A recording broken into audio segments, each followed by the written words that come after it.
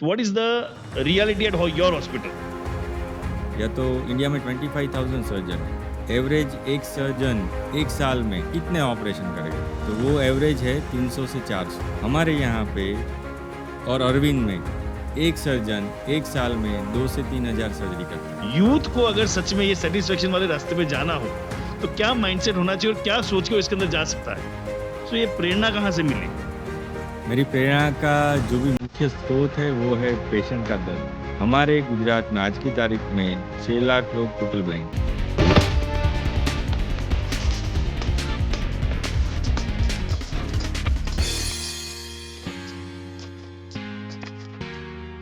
So hello viewers, I am back with one more episode. और अब जैसे जैसे एपिसोड आगे बढ़ रहे हैं, मैं कुछ अलग अलग तरह की चीजें करने में और फोकस कर रहा हूँ। और आज मेरे साथ बहुत ही स्पेशल गेस्ट है। स्पेशल गेस्ट इसलिए है कि पैसे कमा के करियर बनाना तो मैंने बहुत सारे शोज किए। ये ऐसा करियर की बात करने जा रहा हूँ जो फुलफिलमेंट का करियर है, जो सेल्फ सेटिस्फेक्शन का करियर है और कुछ दुनिया में कर गुजरने का और दुनिया को दे के जाने का करियर है। और मैं बात कर रहा हूँ ऐसे व्यक्ति की जो खुद आई सर्जन है और वो बहुत अच्छा भला अपना काम चला रहे थे, अच्छे वाले पैसे कमा रहे थे। और रोज उनके मन में एक विचार आता था कि मैं ऐसे ही रोज ऑफिस जाऊंगा, रोज अपनी हॉस्पिटल जाऊंगा, डिस्पेंसरी जाऊंगा और ऐसे ही एक दिन मर जाऊंगा। तो उनके मन में विचार आया कि सच में इस एरिया में कुछ करना है। और उन्होंने श्री विवेकानंद नेत्र मंदिर करके एक ट्रस्ट की स्थापना की, जिसके अंदर जो नीडलेस ब्लाइंडनेस है इस दुनिया में, उसको हटाने का बीड़ा उठाया। और सिर्फ बीड़ा उठाया नहीं, उसके ऊपर बहुत हद तक काम करना शुरू कर चुके हैं। और यहाँ सूरत के पास नवसारी में सुपा करके गांव में एक हॉस्पिटल की नींव भी डाल दी है। और मैं बहुत इंस्पायर्ड हूँ कि पैसे कमाने के लिए करियर हर कोई बनाता है। मानव सेवा करके खुश रह के अपना जीवन चलाने की प्रेरणा मुझे इनसे मिलती है। So please welcome doctor Bhavin Patel. Thank you. Yes sir, welcome. Naveen भाई। सो मैं जो इतनी इंट्रोडक्शन बातें बोली वहीं से मैं शुरू करता हूँ कि वो बोलते हैं ना, एक अलग तरह की बात से शुरू करता हूँ। तो क्या है ना, हमेशा अपनी साथ बैचलर गुजराती में बात हो तो मुझे इस कन्वर्सेशन सबसे बड़ा टफ क्या चल रहा है कि जब भी इनके साथ बैठता हूँ गुजराती में बात करता हूँ और ये पूरा कन्वर्सेशन मुझे लेना है हिंदी में। सो कहीं गुजराती आ जाए तो बेयर विथ इट, ठीक है। सो मैं वहीं से शुरू कर रहा हूँ कि ये प्रेरणा कहाँ से मिली कि हर कोई यही देखता है कि भाई 1 लाख कमा रहा हूँ, 2 लाख कमाऊँ, 2 लाख कमा रहा हूँ, 5 लाख कमाऊँ। और अच्छा भला ऐसा नहीं था कि कोई हॉस्पिटल अच्छा चल नहीं रहा था।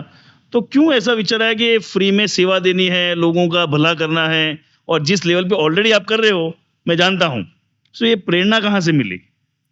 मेरी प्रेरणा का जो भी मुख्य स्रोत है वो है पेशेंट का दर्द। जैसे हम उसको दर्दी बोलते हैं ना, दर्दी शायद इसीलिए बोलते हैं कि वो बहुत दर्द में रहता है।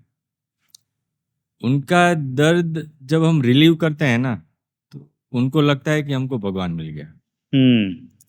तो नॉर्मली क्या है, करियर में हॉस्पिटल जाते हैं, प्रैक्टिस करते हैं, दिमाग में यही रहता है कि इससे मुझे पैसा मिलेगा। लेकिन जब हम फोकस करते हैं कि उसका दर्द दूर हो और फिर वो जो आशीर्वाद दे के जाते हैं ना, उससे जो सेटिस्फेक्शन मिलता है वो पैसों से कई गुना ज़्यादा है। तो जैसे अभी एक बेटी आई 7 साल की है, उन्होंने अपनी बात शेयर की मुझे। वो उसको दोनों आँख में मोतियाबिंद था। अभी समझो 7 छोटी साल में? 7 साल की बच्ची। इस एज में भी हो जाता है मोतियाबिंद? हाँ, ओके।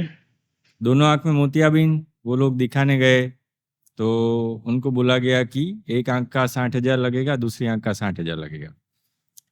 उनके पापा की आवक है 20-25 हज़ार के बीच में, उससे पूरा फैमिली चलाना है। और वो बच्ची भी ऐसी है जिसके पूरे बॉडी में कई सारे फ्रैक्चर हो रखे हैं, मतलब स्पेशल चाइल्ड है, ऐसा केयर करते हैं, उनका भी खर्चा लगता है। तो अभी थोड़े दिन पहले वो इधर आए। अभी समझो पहले मेरे पास भी आती, 10 साल पहले मैं बोलता 60,000 खर्चा हाँ, है, जो भी एक्सपेंस है उस टाइम हाँ पर, ठीक आपसे है। होता है करो, नहीं होता है तो हम कुछ नहीं कर सकते। उन्होंने वहाँ भी कंसेशन मांगा लेकिन नहीं मिला उनको। अभी हम क्या इसमें से गुजरे, कई सारे बच्चे ऐसे आए, फिर हमने भेजा कहीं पे ट्रस्ट में, गवर्नमेंट में, लेकिन इनके लिए स्पेशल स्किल, स्पेशल साधन चाहिए। तो हम भेजते थे, वापस आते थे, कई सारे रोशनी खो भी देते थे ट्रीटमेंट के अभाव में, क्योंकि पहुंच ही नहीं पाते। वापस आते हम देखते थे कि हमारा खर्चा 20-30 हज़ार का था, लेकिन इसकी पूरी लाइफ बर्बाद हो गई। हाँ, तो हम सोचे कि हमारा खर्चा इतना है लेकिन उसके लिए पूरी लाइफ है। तो यहाँ से हमें प्रेरणा मिली। जैसे ये बच्ची आई, दोनों आँख का ऑपरेशन हो गया, अभी बहुत अच्छी तरह से देखती है। आज मुझे वो बोल के गई, आप हमारे भगवान हैं। ओहो हो, अब इससे ज़्यादा सैटिस्फैक्शन कोई आदमी क्या पाएगा?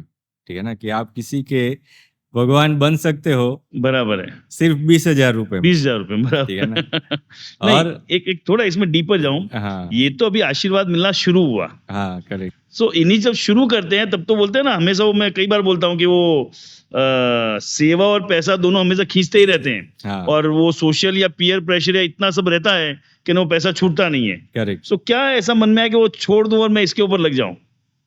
थोड़ा जैसे मैं डीपर जा रहा हूँ हाँ, कि मैं भी चाहता डेफ़िनेटली। हूँ कि रियल चीजों तक लोग पहुंचे, क्योंकि at the end of the show मैं चाहता हूँ जो भी ये शो देखे वो ऐसी प्रेरणा पाए और समाज के लिए ऐसी करने के लिए प्रेरित हो। प्रेरित हो। तो जैसे ये 2013 की बात है। हर रोज़ सुबह हॉस्पिटल जाना, ठीक है? काफ़ी सारा पैसा कमाता था। हर साल, हर महीने 5 लाख का एसआईपी होता था। ओहो हो, हर महीने 1 लाख का डोनेशन भी करता था। लेकिन हर रोज़ हॉस्पिटल में जाते समय ऐसा लगता था कि क्या हर रोज़ इतने सारे पेशेंट देखना, इतना सारा मेहनत करना, तो कोई लाइफ में चार्म नहीं था। ठीक है? वो ओके, एक रिपीटेड साइकिल जैसी बन गई थी। फिर वो मैंने शेयर किया मेरे कोच, उस टाइम पे एक बेस्ट ईयर येट करके प्रोग्राम था, ठीक तो है। वो कोच से शेयर किया कि ये बहुत बोरिंग लग रहा है। उन्होंने बोला कि आप देखो आपको सबसे ज़्यादा आनंद कहाँ से आता है? वही टाइम पे मैं स्मीमेर हॉस्पिटल में भी सेवा देने के लिए ऑनररी जाता था। वहाँ पे ऐसे लोग आते थे जिसका बहुत मजबूरी रहता है, पैसा नहीं है, यहाँ रहते नहीं है, गाँव में रहते हैं, ठीक है? तो उन लोगों का जब ट्रीटमेंट करके आता था ना, तो मेरा पूरा दिन बहुत आनंद में जाता था। ओके, सो एक तरफ अपने हॉस्पिटल में पैसा मिल रहा था और वहां फ्री कर रहे थे, वहां सेटिस्फेक्शन मिल रहा वहाँ था। सैटिस्फैक्शन गॉट, मिल रहा था। ठीक है। फिर उन्होंने बोला कि और डीप में जाओ, ढूँढो ये क्या चीज़ है? ऐसा नहीं है कि आप फ्री में करके आ रहे हो तो आपको मिल रहा है। हम्म, और डीप में गया तो मुझे ये दिखा कि जब भी किसी की तकलीफ में से मैं उसको छुड़ाता हूँ, तो मुझे बड़ा आनंद आता है। हम्म, मतलब वहाँ पे रियल तकलीफ है ना। हाँ, एक साइड आप आते हो, हाँ, मैं आपको ट्रीटमेंट देता हूँ, आप मुझे पैसा देते हो। मतलब इसमें ज़्यादा ठीक आपका है, ऐसा है नहीं कि मजबूरी है, बहुत तकलीफ है। ठीक है। वहाँ पे रियल नीड है कि हाँ, कि अगर पैसा है ही नहीं, वो आप मदद करोगे तो ही होने वाली है, नहीं तो वो एग्ज़ैक्टली ना बोल देगा, आंख जाएगी तो जाएगी। जाएगी, ठीक है?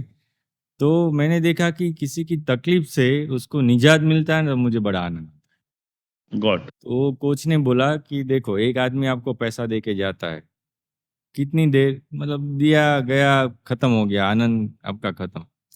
अगर ये आपको निजानंद 24 घंटे का बनाना है ना, तो यही आपका सोर्स है, यही एसेंस है कि कोई भी आदमी तकलीफ में है, उसकी तकलीफ दूर करो, आपका आनंद हमेशा बना रहेगा।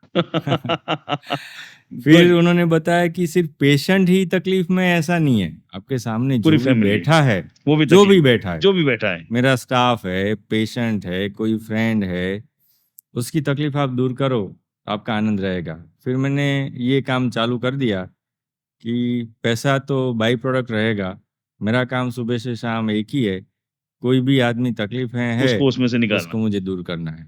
तो अभी मुझे आनंद भी बहुत आता है, मेरी ज़रूरत लोग पूरी करके जाते हैं। मुझे पता है कि कल मैं एक भी पैसा नहीं कमाऊँ ना, मेरी सब ज़रूरत कोई आके पूरी कर देगा। वो हम्म, अभी टोटल मेरा कॉन्फिडेंस या तो आत्मविश्वास हो गया है, बराबर क्योंकि है। लोग आके जुड़ रहे हैं। जैसे हम एक हॉस्पिटल बना रहे हैं, जहाँ पे जैसे मैं तो अकेला कितना काम कर सकता हूँ, कितने पेशेंट ट्रीटमेंट कर सकता हूँ। हम्म, जैसे हम ये ट्रीटमेंट करते गए ना, तो हमारे पास और पेशेंट नीडी आते गए, और ज़रूरत पड़ती गई। मैं 1 से 2, 2 से 3 हम डॉक्टर हुए। अभी टीम में पूरे 16 डॉक्टर हैं। लेकिन वो भी इनफ नहीं है, तो सोचा एक हॉस्पिटल बनाए जो पूरे साउथ गुजरात के सब पेशेंट का नीड कैटर जो करे, सुपा में बन रही है। जो सुपा में बन रही है। Just for the audience, Navsari में एक गांव है सुपा, जहां पे एक पूरा बड़ा बड़ा प्रोजेक्ट आ रहा है जो इसी पर्पज से आ रहा है कि नीडलेस ब्लाइंडनेस दूर हो, जहां पे फ्री में भी लोगों को ट्रीटमेंट मिले। ठीक है। तो वहाँ पे हम ऐसा हॉस्पिटल बना रहे हैं जहाँ अगर पेशेंट एंटर हो ना, उसको सोचना नहीं पड़े, तो मेरे पास पैसे है या नहीं है, या तो मेरी आँख का, हमारी आँख में भी 7 सुपर स्पेशलिटी ब्रांच हैं। तो वहाँ पे 100 डॉक्टर का टीम रहेगा, तो पेशेंट पूरे कॉन्फिडेंस से, पूरे विश्वास से एंटर होगा कि हम अगर जाएँगे, हमारा ट्रीटमेंट होगा, सही ट्रीटमेंट होगा और हम वापिस नहीं भेज दिए जाएँगे। जैसे ये बच्ची जो मैंने हाँ, बोला, बराबर, पैसे के अभाव में वो वापस भेज हाँ, दी जाती। वापिस आई सब जगह से। उनके मदर-फादर को लगा ये ब्लाइंड हो जाएगी, हम कैसे सँभालेंगे? 7 साल की बच्ची, ठीक है? तो यहाँ आई, उसका ट्रीटमेंट भी हो गया, इतने खुश हुए वो लोग कि उसको ज़रा भी दर्द नहीं हुआ। दूसरे दिन से टीवी देख रही है, छोटा भीम देख रही है, छुटकी को पहचान रही है। बराबर है। फादर पहले बाहर मतलब 2 फुट दूर से फादर को पहचान नहीं पाती थी। उसको कुछ बोलते थे, पता नहीं लगा। अभी फादर जाते हैं सुबह काम पे तो उसको बाय करती है। क्या बात है। उनके लिए वो बहुत बड़ी बात है, ठीक है ना? मतलब जब मैं ये सब देखता हूँ ना तो पूरे यूनिवर्स का जो सैटिस्फैक्शन है ना वो हमको मिलता है। एग्ज़ैक्टली। इससे बड़ी सुख की चीज़, आनंद की चीज़ और तो है नहीं। तो जब हम ये हॉस्पिटल बनेगा और इतने सारे पेशेंट अच्छे होके जाएँगे, उससे ज़्यादा सैटिस्फैक्शन तो कौन आदमी कहाँ से पाएगा, ठीक है? तो ये सब मेरे प्रेरणा के स्रोत हैं, इन्हीं से आगे बढ़ रहे हैं। सो अभी मेरे मन में बहुत सारे सवाल उठ रहे हैं, कुछ मैंने लिखे हुए भी हैं, बट सबसे पहला एक सवाल आ रहा है कि जब ऐसे कोई चीज़ें शुरू करते हैं, सो बोलते हैं 4 लोग मतलब 4 लोग और कोई नहीं, तो मेरे एकदम क्लोज़ सर्कल जो होता है, उनका क्या रिएक्शन था कि ये आप कोई मतलब मैं जहाँ तक समझता हूँ एक्सेप्टेंस कम होता है। So what was there and how you dealt with it? तो ये बहुत से जने करने चाहते हैं, मैं जानता हूँ बहुत से जने करने चाहते करेक्ट। हैं, लेकिन ना इस रास्ते पे जाना मत, भई पैसा नहीं कमाएगा तो कैसे चलेगा? What were their reaction, how you dealt with that? तो जैसे सबसे पहले मुझे ये ख़्याल आया कि भई इतने सारे पेशेंट हैं और ऐसा हॉस्पिटल चाहिए और मैंने वो प्रोजेक्ट बनाया। प्रोजेक्ट बनाते ही पता चला कि ये 100-150 करोड़ का प्रोजेक्ट है, छोटा है नहीं। बराबर है। ठीक है?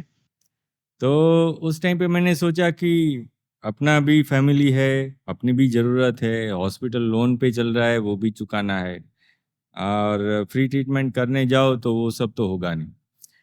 35 साल का था, उस टाइम पे मैंने प्लान बनाया कि अगले 5 साल कमाएँगे, एसआईपी कर देंगे, अपना उसमें से गुज़ारा चल चलेगा। जाएगा। तो फिर फ्री हो जाएँगे, तो बाकी का जो पैसा आएगा पेशेंट के लिए हम यूज़ कर लेंगे, ठीक है? बराबर है। तो ये चीज़ बनाई, ये किटी भी इकट्ठा कर ली। लेकिन बोलते हैं ना कि आदमी सर्वाइवल मोड में ही रहता है। ये करने के बावजूद भी जैसे मुझे देखा कि मैं और मेरा फैमिली फिर भी यही सोचते हैं कि इतने भी इनफ नहीं है। हाँ, कभी वो कभी कंप्लीट लगता ही नहीं है। हाँ, कि आगे महँगाई बढ़ेगा, ये भी कम पड़ जाएँगे। कोई इमरजेंसी आया तो क्या करेंगे? वो थॉट फैमिली के चल चलते रहे रहते। हाँ, वो और उसके सामने दिखता था कि ये 100-150 करोड़ का प्रोजेक्ट है। तो ये पैसे कहाँ से आएँगे? उनको लगता था कि ये जो अच्छा खासा प्रैक्टिस चल रहा है ना, वो भी बर्बाद हो जाएगा। बराबर। तो उनकी तरफ से भी बार-बार उनको कंसर्न रहता है ना कि भई हाँ, ऑब्वियसली वो गलत नहीं है, देखो, वो गलत नहीं है, बट उसको भी डील तो करना डील पड़ेगा ना। करना पड़ेगा। तो उनको लगता था कि भई ये हम बर्बाद हो जाएँगे और मेरे बेटे की तकलीफ 1000 गुना हो जाएगी, ऐसा पेरेंट्स को मदर-फादर लगता है, हाँ, मदर फादर लगेगा, बराबर सोचते है। हैं। वाइफ़ ये सोचती थी कि भई ये बेटों को पढ़ाना, लिखाना, बड़े हो गए तो उनको लाइन पे लगाना, कहाँ से करेंगे? कहाँ से करेंगे? ठीक है? तो वो चीज़ बार-बार सामने आई। फिर जैसे हम बैठे हैं ना, ऐसे मैं खाना खाने बैठा हूँ, इधर मम्मी है, इधर वाइफ़ है, वहाँ से चलता था। उनको भी हाँ, उनकी चिंता जायज़ चिंता है। मैं बढ़ तो गई। इसीलिए मैं क्वेश्चन पूछ रहा हूँ, ये जायज़ है, कोई भी इस रास्ते पे जाएगा तो पहले घर में ये सवाल आने ही है। हाँ, ठीक ये है। पागलपन जैसी बात लगती है। पागलपन जैसी है। जैसे मेरे फ्रेंड को बोलता था, वो भी यही समझते थे। वो सोचते थे कि ये सीरियस नहीं है, मज़ाक कर रहा है और वो भी पागल ही समझते थे। फिर मेरे बाहर का सर्कल जैसे चाचा, मामा वो सब आए, हाँ, हाँ। वो भी समझाने लगे कि भैया ये सब छोड़ दो। क्योंकि मम्मी अच्छी उनको वाली बोलती प्रैक्टिस थी चल कि रही है, भई उसको इसको चलने दें, हाँ। समझाओ कि ये बर्बादी का रास्ता है। लेकिन मैं यही देखता था कि देखो इतनी सारी लाइफ़ अगर बच जाती है, मतलब उनको नई दृष्टि मिलना मतलब नई लाइफ़ मिलना। मैं सोचता था कि एक आदमी उसमें बर्बाद होता है तो कोई बड़ा लॉस तो है नहीं। एक की बर्बादी है लेकिन बाकी सब बाकी सभी की जाएँगे। अच्छा ही है। बराबर है। तो मैं वही सोच पे चलता था। वही कुछ भी ऐसा बड़ा काम करना है, यज्ञ करना है, बलिदान किसी का तो देना ही पड़ेगा, ठीक है। बराबर है। मैंने सोचा ये चलता है, इसमें कोई दिक्कत है नहीं, तो उस पे चला। तो मतलब मुझे अगले दिन शाम को बैठ के समझाते थे, मैं सुबह उठ के प्रोजेक्ट के काम पे वापस लग जाता था। फिर उनको रियलाइज़ हुआ कि ये आदमी कोई रुकने वाला तो है नहीं, ठीक है। तो फिर उन्होंने रेजिस्टेंस देना धीरे-धीरे बंद कर दिया कि भाई साथ में एक्टिवली पार्टिसिपेट नहीं, लेकिन एटलीस्ट हाँ, हाँ, हाँ, हाँ। परेशान नहीं पहले करेंगे। पहले फोर्स करना शुरू हो गया, फिर ये मानने वाला तो नहीं, तो इसको इसके भरोसे छोड़ो। फिर जैसे-जैसे काम आगे बढ़ता गया, तो पहला तो ये बनाने के लिए ज़मीन चाहिए, तो वो ज़मीन मैंने लिया। पैसे तो है नहीं, मेरे पास तो 5 लाख रुपए थे, तो मैंने वो उसका टोकन देने के लिए वो दिए। मेरे एक फ्रेंड है भाविन बुआ, उसको मैं शेयर करता रहता था, वो समझता था ये मजाक है। लेकिन जैसे ही मैंने बोला टोकन देना है भैया, इसको 55 लाख रुपए देने हाँ, हैं, तो मतलब ये मेरे सीरियस पास है, 5 है, तो बाकी के लेके आ जा। तो फिर वो समझा कि हाँ ये तो सीरियस ये माजरा हो पागल है, गया। ये सीरियस है। हाँ, तो उसने दिए, एक जिगर करके मेरा फ्रेंड था, उसने पैसे दिए करके हम टोकन दे के आ गए। जैसे ही ये हुआ, अभी जितने लोगों से मैंने शेयर किया था ना, वो समझे कि ये हो रहा है। माहौल थोड़ा चेंज हुआ। बराबर है। हाँ, मैं बात हो रही थी, बात होनी चाहिए, एक्शन दिख गया, एक्शन दिख तो अब गया। लगा सीरियस है। हाँ, बात सीरियस करते है। तब लगता है हाँ करेगा, ये तो बातें कर रहा है। हाँ, तो अभी एक ठोस सबूत मिल गया। तो जो मेरे साथ काम कर रहे थे, डॉक्टर थे, सीईओ थे, वो सबको लगा अभी सीरियस कुछ चालू हो गया है। और जितने लोग मुझे जानते थे डॉक्टर, उनको पता था कि मैं जो बोलता था उस टाइम पे हो जाता था, क्योंकि लगा रहता था, और कुछ था नहीं, बराबर है। लेकिन लगे रहते हैं तो हो जाता है। तो फिर वो भी साथ में होना चालू हो गए। उसके बाद जो मेरे फ्रेंड्स थे, उन्होंने इतना पैसा दिया, मेरे फैमिली वाले सब सामने आए। उन्होंने सबने लाखों रुपया डोनेशन दिया। ओके, मतलब फ्रेंड्स एंड फैमिली ने बहुत सारा सपोर्ट, बहुत सारा मतलब जो सपोर्ट। लोग पहले आपको समझा रहे थे कि मत कर, वही अब धीरे धीरे सपोर्ट करना चालू कर चुके हैं। वाह। एग्जैक्टली। सो ये एक समझने वाली चीज है कि वो पहले चाहते हैं कि आप अपनी जिद छोड़ दो, और जब करते हो तो खुले मन से सपोर्ट भी करते हैं। गुड। हाँ, तो उनका सपोर्ट सब आना चालू हो गया। फिर उनके थ्रू और लोगों को पता चला, हमने काफ़ी फंक्शन किए और ये डिक्लेयर कर दिया कि भाई ये हम करने वाले हैं। और मुझे पता था कि ये पैसों का मांझला नहीं है, बराबर है। ये लोगों से होने वाला है। तो फिर मैंने कुछ लैंडमार्क के कुछ सेशन किए। उन्होंने मुझे क्लियरली समझाया कि भाविन भाई, आपके पास कल 200 करोड़ आ जाए ना, तो भी ये काम नहीं होगा। ओके। आपको इस प्रोजेक्ट में लोगों को जोड़ना है। जितने लोग जुड़ेंगे ये प्रोजेक्ट आगे जाएगा, क्योंकि ये प्रोजेक्ट लोगों के लिए हाँ, है। सोशल प्रोजेक्ट है, कोई ठीक है? भाविन पटेल का प्रोजेक्ट नहीं है। प्रोजेक्ट तो है नहीं, बराबर है। लोगों के द्वारा ही होने वाला है। तो फिर एक क्रांति सी आई। जैसे अभी मेरे पीछे मैं यहाँ बैठा हूँ, लेकिन 200 लोग काम कर रहे हैं, सुपर। जिसको ये प्रोजेक्ट से कुछ भी नहीं मिलने वाला नहीं है, और ये जो निस्वार्थ काम है ना, वही इसका पावर। वही इसका पावर। तो इसके चलते साउथ गुजरात के 2 करोड़ लोगों को फायदा होने वाला है, और नेबरिंग स्टेट महाराष्ट्र और मध्य प्रदेश, उनको भी फायदा होने वाला है। जैसे 2 दिन पहले ही हमें एक ओरेशन अवार्ड मिला, जो हमारी ऑप्थेल्मिक सोसाइटी, और उसमें भी retinopathy of prematurity ROP society है, जो छोटे 1 महीने के बच्चे ब्लाइंड हो जाते हैं ना, उनकी सोसाइटी ने ये अवार्ड यहाँ पे दिया गुजरात में इम्पैक्ट करने के लिए।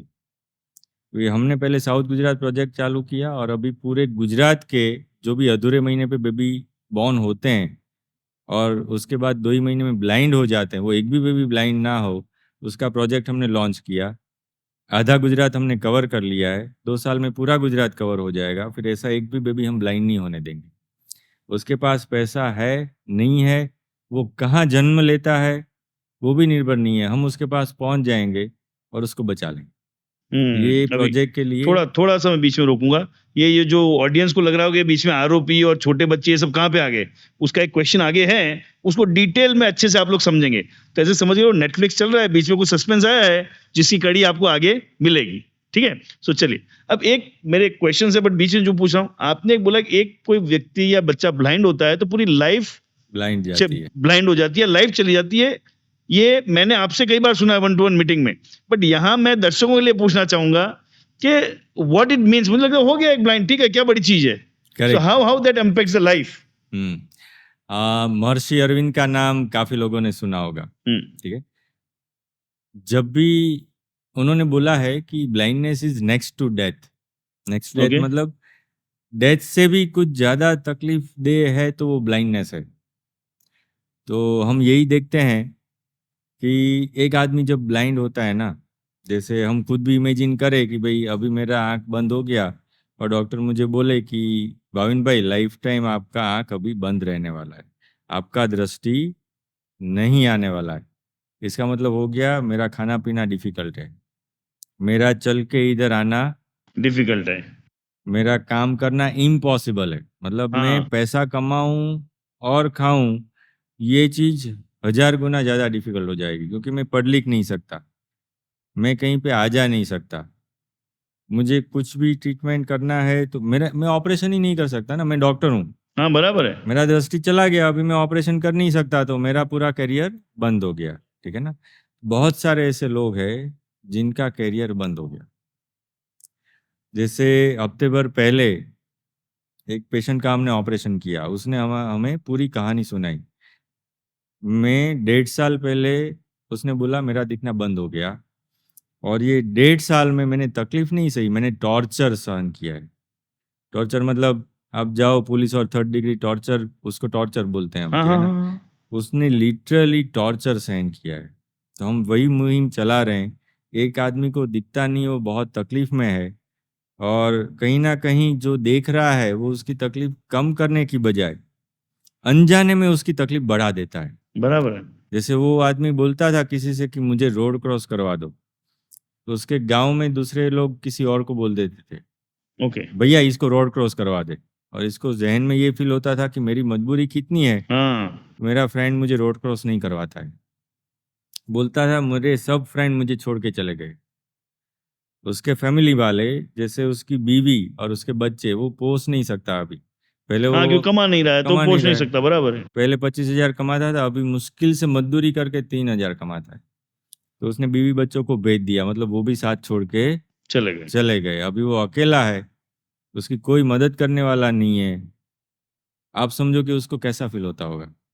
कई सारे लोग ऐसे हैं, दिखना बंद हो जाता है ना, पानी पीने के लिए भी वो बोल नहीं डिपेंडेंट हो सकते जाते हैं। हाँ कि भैया मुझे पानी दो। 6 बार 8 बार पानी पीता है तो अभी 3 4 बार ही पानी पीता है। हाँ क्यों डिपेंडेंसी अंदर से मारती है फील उसको। होती है ना कि मैं कितनी मदद मांगू लोगों को, और फैमिली में भी है, उस आदमी को कोई कितनी मदद करेगा, ठीक है, उसका भी अपना खुद का काम रहता है ना। हाँ क्यों एक व्यक्ति उसके पीछे कंटिन्यूस चाहिए ही, कि वो इंडिपेंडेंटली कहीं जा ही नहीं सकता।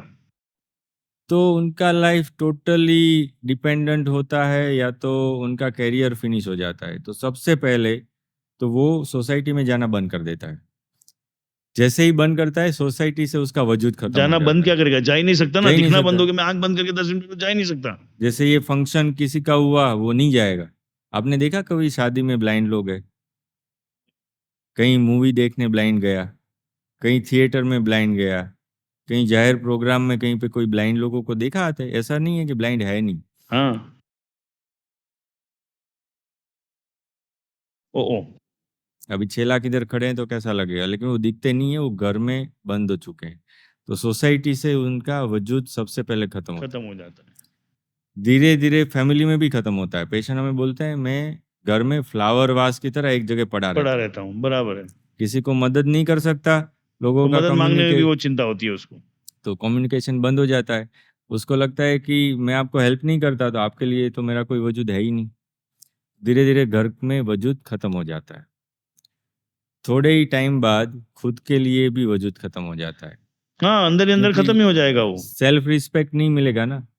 मैं कुछ कर ही नहीं सकता, जब मैं यूजलेस फील करता हूँ तो फिर मेरा वजूद खत्म हो जाता है। तो ऐसे करके धीरे धीरे उसकी लाइफ खत्म हो जाती है। हाँ इससे अच्छा तो मर जाए तो चलो लाइफ तो खत्म होगी ना। वो जिंदा भी है और अंदर अंदर मर भी रहा है, कुछ भी कर भी नहीं पा रहा और हेल्पलेस फील करता है। वेरी वेरी राइटली वो सेड। लोग हमें बोलते हैं कि भाई भगवान ने आंख ले लिया और मुझे क्यों छोड़ दिया, मुझे भी ले लेता अच्छा होता। बराबर है। लेकिन अभी उसको जीना भी है और ऐसे भी जीना है, ठीक है ना। तो इतना पेन वो सहन करता है। और जब उसको हम दृष्टि वापस लौटाते हैं ना, उनको लगता है कि हमें नया जन्म मिल गया। एग्जैक्टली। और वो फिर जो भी उसको मदद करता है ना, उसको भगवान का दर्जा देता है, और उसका एहसान वो कभी नहीं भूलता है। हाँ, क्योंकि उसको वापस पूरी जिंदगी मिल गई। वापिस मतलब इंसान एक तरह से वो जिंदा जिंदा मर गया था, पूरी उसको ऐसा लग रहा है मैं वापस जीवित ही हो गया। ठीक है। और ये करने के लिए मुझे क्या करना है? छोटा सा ऑपरेशन, थोड़े पैसों की मदद, और उसके लिए पूरी लाइफ मिलती है। तो मेरे लिए तो ये बहुत ही फायदे का सौदा है। गुड। सो कोई कोई मेमोरेबल एक्सपीरियंस जो आप ऐसी बहुत सारे जैसे बोलते हो कि लाइफ खत्म होती है फिर सर्जरी की, कोई एक दो मेमोरेबल एक्सपीरियंस? हाँ। किसी लाइफ नहीं थी, लाइफ दी, पहले बाद में क्या उनका अनुभव रहा, क्या लाइफ पे इम्पैक्ट पड़ता है, वो जानना है। जैसे हफ्ते भर पहले यही मैं आपको बता रहा था कि एक यंग पेशेंट, ठीक है ना, वो जो यंग पेशेंट है उसने ऑपरेशन करने के बाद मुझे बोला, 1.5 साल से मेरा आंख बंद था, मेरी जॉब चली गई, मेरी बीवी बच्चे चले गए, आज ऑपरेशन का 1 हफ्ता हुआ, मुझे दिख रहा है। वो नवसारी के बाजू में गांव में, वो बोला मैं पूरा नवसारी घूम के आया। वो मैंने बोला तू आज अकेला आया, तेरे साथ में आने वाला? नहीं, आज मैं अकेला आया। कुछ दिखना शुरू हो गया वापस। उसका आनंद ही इतना था कि हाँ, मैं अकेला आया। अकेला आया। उसको पकड़ पकड़ के लाते थे, ऐसा हाथ रख के बिठाते हैं। हाँ, वो हाँ। जब खुद से चल के आता है ना, उसका भी कॉन्फिडेंस बहुत होता है, और हमको बहुत आनंद आता है कि इसका हमने जो तकलीफ था, जो मजबूरी था, उससे आज़ादी मिल गई उसको। वो बोला डॉक्टर साहब अभी 1 हफ्ता हुआ है ऑपरेशन का, मैं कब जॉब पे जा सकता हूँ? क्या बात। वो खुद जाके अपना जॉब पक्का करके आया। ठीक है, उसके सेठ ने भी बोला कि तू आ सकता है, डॉक्टर का परमिशन ले ले। बोला मैं जॉब पे जाऊंगा, मुझे सैलरी मिलेगा, मैं मेरे बीवी बच्चे को वापस बुलाऊंगा। क्या बात। पूरी पूरी लाइफ ही टर्न अराउंड हो गई लाइव। वापस। और उसने मुझे बोला कि डॉक्टर साहब आप एक काम कीजिएगा, ये 1.5 साल मैंने जो सहन किया है ना, किसी और को सहन ना करना पड़े, इसलिए किसी ब्लाइंड को जॉब देना। सुपर। पिछले फ्राइडे की बात है। उसके बाद में हमारे एक अच्छे मित्र और डोनर है मिलन भाई परीक, उनसे मिलने गया। हाँ, हाँ। तो उनके वाइफ आनलबेन, उन्होंने मुझे बताया कि आज मैं एक ब्लाइंड आदमी से मिली जिसको जॉब चाहिए। अभी वो ये हफ्ते हमारे पास इंटरव्यू के लिए आएगा, और उसको हम हमारी हॉस्पिटल में पहला ब्लाइंड आदमी को हम जॉब देने वाले क्या बात है। गुड। हैं। तो ऐसे लाइफ ट्रांसफॉर्म होते हैं। सुपर। ग्रेट। चलिए आगे बढ़ते हैं। ये आंखों की हेल्थ या उसकी सर्जरी के बारे में मोस्टली मिसकंसेप्शंस क्या है? क्योंकि बहुत सारी चीजें, आंखों का चेकअप कब कराना चाहिए, क्यों कराना चाहिए, आंखों की हेल्थ कितनी जरूरी है, क्या ध्यान रखना चाहिए, थोड़ा इसको एलोबरेट कीजिए ना। क्योंकि आपका जो मिशन है कि नीडलेस ब्लाइंडनेस हटे, बट वो हो भी तो रही है, तो उसके लिए क्या ध्यान रखना चाहिए, क्या कॉम्प्लिकेशंस है, उसके बारे में जरा शेयर कीजिए। जैसे जो ब्लाइंडनेस आती है ना, वो ज़्यादातर 5-6 कारणों से ज़्यादा आती है, और आफ्टर 50 इयर्स की एज के बाद बहुत ज़्यादा आने का चांस बढ़ जाता है। बहुत बढ़ जाता ओके। है। तो वो नहीं आए, उसके प्रिवेंशन के तौर पे बहुत अच्छा इलाज ये है, 40 साल के बाद हर कोई को साल में एक बार अपनी आंखों का चेकअप करवा लेना चाहिए। ओके।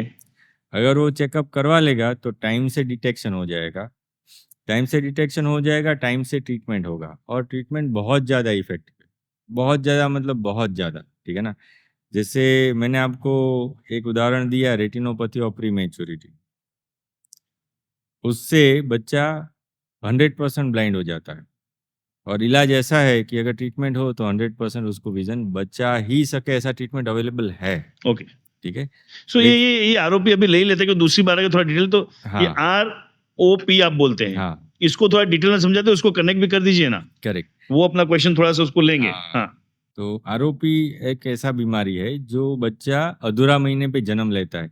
नॉर्मली मतलब क्या 9 है, महीने से बच्चा पहले, 9 महीने 8 से महीने आता 7 है। महीने जो जन्म लिया बच्चा। हाँ, तो 8 महीने से पहले, हाँ, 7.5 महीने 7 महीने पे जन्म लिया, और हाँ, उसका वेट है वो 2500 ग्राम से कम है, तो क्या होता है कि जन्म के टाइम आंखों का पीछे पर्दा रहता है, जैसे कैमरा में रील रहता है, हाँ, आंख में हाँ, पर्दा रहता है, हाँ। पूरा ग्रोथ नहीं हुआ होता, उसको पूरा ब्लड सप्लाई नहीं पहुंचा हुआ होता है। तो जैसे ही बच्चा बाहर आ गया, तो ये ग्रोथ नॉर्मल होने की जगह एब नॉर्मल होने की तरफ चला जाता है। ओके। और वो पर्दे को खींच लेता है। एक बार पर्दा खींच गया मतलब परमानेंट दृष्टि मतलब फिर बंद, और कोई उपाय ही नहीं है। कोई उपाय ही नहीं है। ओ ओ ठीक है। और ये जर्नी कितने टाइम का रहता है? 15 दिन से महीना। जैसे आज बच्चा पैदा हुआ, 1 महीने से उसका बीमारी चालू होगा, 2 महीने से बच्चा ब्लाइंड हो जाएगा। मतलब मैं अगर एकदम सिंपल लैंग्वेज में समझूं, अगर कोई 7 महीने, 7.5 महीने, 8 मतलब पूरे 9 महीने से पहले बच्चे का जन्म होता है और वजन उसका बहुत कम है, तो बाकी सब डॉक्टर को दिखाने के साथ साथ आई स्पेशलिस्ट से भी चेकअप करवाना चाहिए ही। इतना इम्पोर्टेंट है ये। यस। और आई स्पेशलिस्ट से नहीं, आंखों के पर्दे के स्पेशलिस्ट से। ओके, गॉट, वो जो ठीक है, बहुत कम रहते हैं, सूरत, बड़ौदा, बॉम्बे में रहते हैं। ठीक है, छोटे सिटीज में अभी अवेलेबल ठीक नहीं है। है, तो भले छोटे सिटी में, तो बड़े सिटी में जाके ये एक चेकअप करा ही लेना करा चाहिए, ही लेना और चाहिए। जन्म की 1 महीने के अंदर अंदर ही। और उसमें डरने की कोई जरूरत नहीं है, क्योंकि ये 100% प्रिवेंटेबल है। ओके, इलाज मिल गया तो प्रिवेंटेबल है। हाँ, अगर लॉस हो गया उसके बाद लाना बहुत मुश्किल है। उसके बाद चांस ऑलमोस्ट स्टेज 4 आ गया आरोपी तो 20%, स्टेज 5 आ गया तो 4%। मतलब उल्टा बोलूं तो, उल्टा आप चेकअप नहीं करवाते हो तो डरने की चीज है कि एक बार अगर आंख Exactly. चली गई तो लाइफ टाइम वो ब्लाइंड रहने वाला है। लेकिन अगर आपने चेकअप करवा लिया तो लाइफ टाइम उसकी वो आंखों की रोशनी रहेगी। गॉट, ठीक है। तो उससे उसको टाइम से ट्रीटमेंट देकर हम 100% वापस नॉर्मल विजन दे सकते हैं। तो ट्रीटमेंट बहुत ज़्यादा इफेक्टिव है और उसके सामने बीमारी 100% नज़र लेके जाती है। ठीक है। तो हमको डरना नहीं है। ट्रीटमेंट से ही हम, जैसे घर में आग लगा, पानी डालेंगे ही डालेंगे। बराबर है, आग से दिक्कत है ना, पानी से थोड़ी है। बराबर है। ऐसा। तो हम ट्रीटमेंट भी तभी करते हैं जब ट्रीटमेंट का इफेक्टिविटी ज़्यादा है, रिस्क कम है। और बीमारी का रिस्क बहुत ज़्यादा है तो हम ट्रीटमेंट से उसका रिस्क कम कर देते हैं। ऐसा। गॉट, ठीक है ना। दूसरा रहता है कि 40 साल के बाद। हाँ, उसी क्वेश्चन में आज क्वेश्चन वही शुरू हुआ था हाँ। कि क्या क्या केयर करना चाहिए। तो एक तो हो गया एकदम छोटे बच्चे का, अब Correct. बड़ों के लिए, बड़ों ठीक के है। लिए। तो 40 साल के बाद हर कोई को साल में एक बार आंख का चेकअप। ठीक है, ठीक है। जो नॉर्मल बीमारी रहता है वो मोतियाबिंद रहता है, जो रिवर्सिबल है। ठीक है, मतलब थोड़ा बढ़ गया, विजन लॉस हो गया, वापस सर्जरी करो, वापस देखना चालू। ठीक है। लोगों को पहला कॉन्सेप्ट ये था कि मोतियाबिंद पक जाएगा फिर निकालेंगे। ऐसा नहीं होता है। आजकल ऐसा कोई जरूरी नहीं है। हाँ, जब भी आपको ऐसा लगे कि चश्मा चढ़ाने के बाद भी दृष्टि नहीं नॉर्मल हो रहा है, मुझे दिख नहीं रहा है, मेरा काम नहीं हो रहा है, सिंपल सिम्टम है। हाँ, सिंपल बराबर है। सिम्टम्स है। ठीक है। लाइट आता है, सहन नहीं होता है, तो ये मोतियाबिंद के थोड़े कुछ लक्षण हैं। आंखों के डॉक्टर के पास जाते हैं, वो जांच करते हैं, है तो बोलता है कि है, नहीं बोलता है तो नहीं है। बराबर है। अगर मोतियाबिंद है, आपका दृष्टि कम हो रहा है, एक सिंपल 15 मिनट का सर्जरी और दृष्टि वापस रिस्टोर हो जाता है। ठीक है। और फिर वो लाइफ टाइम नॉर्मल और जो दृष्टि अपने यहाँ पे चलता अपने रहता है, हॉस्पिटल या जो सुपर बना रहे हैं जिसमें हाँ। कंप्लीटली फ्री ऑफ कॉस्ट हम करते प्रोवाइड हैं, करते हैं। बराबर है। करेक्ट। सो ये भी एक बेनिफिट है। अगर कोई कोई छोटे गांव से, छोटी जगह से देख रहा है, उसको लगता है कैसे इलाज होगा, कैसे पैसे होंगे, तो ये इसका मैं एड्रेस और भी सब आपको इस वीडियो में मिलेगा, तो आप वहां कांटेक्ट करके फ्री ऑफ कॉस्ट अपनी सर्जरी करवा सकते हैं। और क्या ये सेफ है? एकदम सेफ। ओके, जो भी हम ये फ्री ऑफ कॉस्ट भी सर्जरी करते हैं ना, वो भी फेको करके 3 मिलीमीटर से छोटे एरिया से मोतियाबिंद निकाल के लेंस अंदर डाल देते हैं। कंप्लीटली सेफ एंड वो है, कंप्लीट ठीक है। सेफ। क्योंकि एक वो सर्जरी को लेके भी लोगों को डर लगता डर है। लगता है। ठीक और है। जैसे ये बच्ची के फादर ने शेयर किया हम्म, कि हमारी बच्ची का ऑपरेशन हुआ, दोनों आँख का हुआ, ना बच्ची उससे पहले रोई है ना ऑपरेशन के बाद रोई सो है। इतना सिंपल और इजी गोइंग ऑपरेशन। हाँ, करेक्ट। ठीक है ना। तो जो डर रहता है, काफी सारे पेशेंट हमें बोलते हैं कि डॉक्टर साहब इसको सर्जरी मत बोलो, ये ऑपरेशन है ही नहीं। हमको तो हाँ, कोई सर्जरी दिक्कत हुआ नाम ही सुन के नहीं। डर लगने लगता है। एग्जैक्टली। तो तकलीफ ऑपरेशन से नहीं होता है, तकलीफ डर से ज्यादा होता है। बराबर तो है। हम जब भी पेशेंट आता है उसको यही बोलते हैं कि माँ जी, बाप जी, आप मुस्कुराओ, आपको तकलीफ, दर्द तो होने ही नहीं वाला है ऑपरेशन में, उल्टा आपका दृष्टि बढ़ने वाला है। बराबर है। अगर दृष्टि बढ़ रहा है तो और आदमी वो भी खुश हो 15-20 जाए। मिनट से ऑपरेशन होते हैं, ऐसे में नहीं कि उसके बाद भी कोई महीना लगेगा। हाँ, करेक्ट। तो आदमी खुश होता है और रिकवरी भी बहुत जल्द। जैसे आज मोतियाबिंद का ऑपरेशन हुआ, हम चौथे दिन उनको बोलते हैं आप जॉब पे जाओ, आप रसोई करो, आप सब करो। रिकवरी तो इनफैक्ट तुरंत वो ऑपरेशन होते ही दिख जाता है, दिख उसको जाता है। दृष्टि में तो फर्क आ जाता है। Exactly. थोड़ा 1-2 दिन वो केयर में उसको लग बस जाता है। 1-2 दिन उसको धूमिल रहता है, बस फिर नॉर्मल आदमी जॉब पे जा सकता है, आदमी अपना काम कर सकता है। ठीक है, तो अभी ये सब टेक्नोलॉजी का एडवांटेजेस लोगों को मिल रहा है। ठीक है ना। तो आपको उससे डरना जरूरी नहीं सो है। एक हो गया 40 के बाद रेगुलर चेकअप, दूसरा हो गया कैटरेक्ट के लिए आपने बोला अगर चश्मा चढ़ाने के बाद या मेरे को धुंधला दिख रहा है आंख से, वो हो गया। और क्या चीजें हो सकती है जिस पे तीसरा ध्यान देना होता है चाहिए? ग्लूकोमा। ग्लूकोमा से काफी सारे लोग ब्लाइंड हो जाते हैं, और ये ब्लाइंडनेस मोतियाबिंद जैसा नहीं है कि हम दृष्टि चला गया, मोतियाबिंद निकाल दिया, दृष्टि वापस आ गया। ओके। ये ऐसा रहता है कि जिसमें गया हुआ दृष्टि कभी वापस नहीं ला पाते हैं। ओके, मतलब वापस ये आरोपी की तरह हो गया, टाइम से डिटेक्ट हुआ तो आ सकता है, हाँ, और एक बार चला गया तो वापस नहीं आएगा। करेक्ट। ओके। जब भी कोई भी आदमी, जैसे साल में एक बार चेकअप आफ्टर 40 रिकमेंडेड है, चेकअप के लिए, ये भी 40 साल के बाद ही ज्यादा होता है, ठीक है। तो जाता है तो उनको उनका आंखों का प्रेशर चेक करवाना चाहिए। और अगर प्रेशर ज्यादा है, आंखों का नस देख के डॉक्टर साहब बोलते हैं कि ग्लूकोमा का चांस है, तो फिर उसके और टेस्ट करते हैं, ग्लूकोमा कितना है, नस को कितना असर हुआ है। ये टेस्ट करके उसके हिसाब से आई ड्रॉप्स दे के प्रेशर आंख का कम कर देते हैं, और उनको पूरा लाइफ दिखता रहता है। सिर्फ उनको पूरा लाइफ ड्रॉप्स डालना रहता है, ओके। और पूरी लाइफ वो देख सकते हैं। और अगर मदर फादर या तो ग्रैंडफादर ग्रैंड मदर में ग्लूकोमा का हिस्ट्री है तो उनको साल में एक चेकअप करना ही करना है। और अगर ग्लूकोमा डिटेक्ट होता है तो उसके बाद हर 3 महीने एक बार चेक करवाओ प्रेशर। जैसे हम ब्लड प्रेशर बढ़ता है तो हाँ, चेक हाँ, करवाते हैं, दवाई लेते हैं, ठीक है, कंट्रोल रखते हैं, तो अपने हार्ट को कुछ नहीं होता है। ठीक है। ऐसे ही ग्लूकोमा मतलब आंख का प्रेशर बढ़ गया है, ड्रॉप से उसको कम कर देते हैं ताकि पीछे का नस सूखे नहीं, उनको दिखता रहे। तो ये चेकअप बहुत जरूरी है। तीसरा है डायबिटीज, आज बहुत कॉमन है। अभी 3 में से 1 को डायबिटीज ऑलमोस्ट है, आगे जाके ऐसा होगा कि 3 में से 2 को होगा। बराबर ठीक है, है, क्योंकि अपना लाइफस्टाइल ऐसा हो ऐसा गया। हो गया।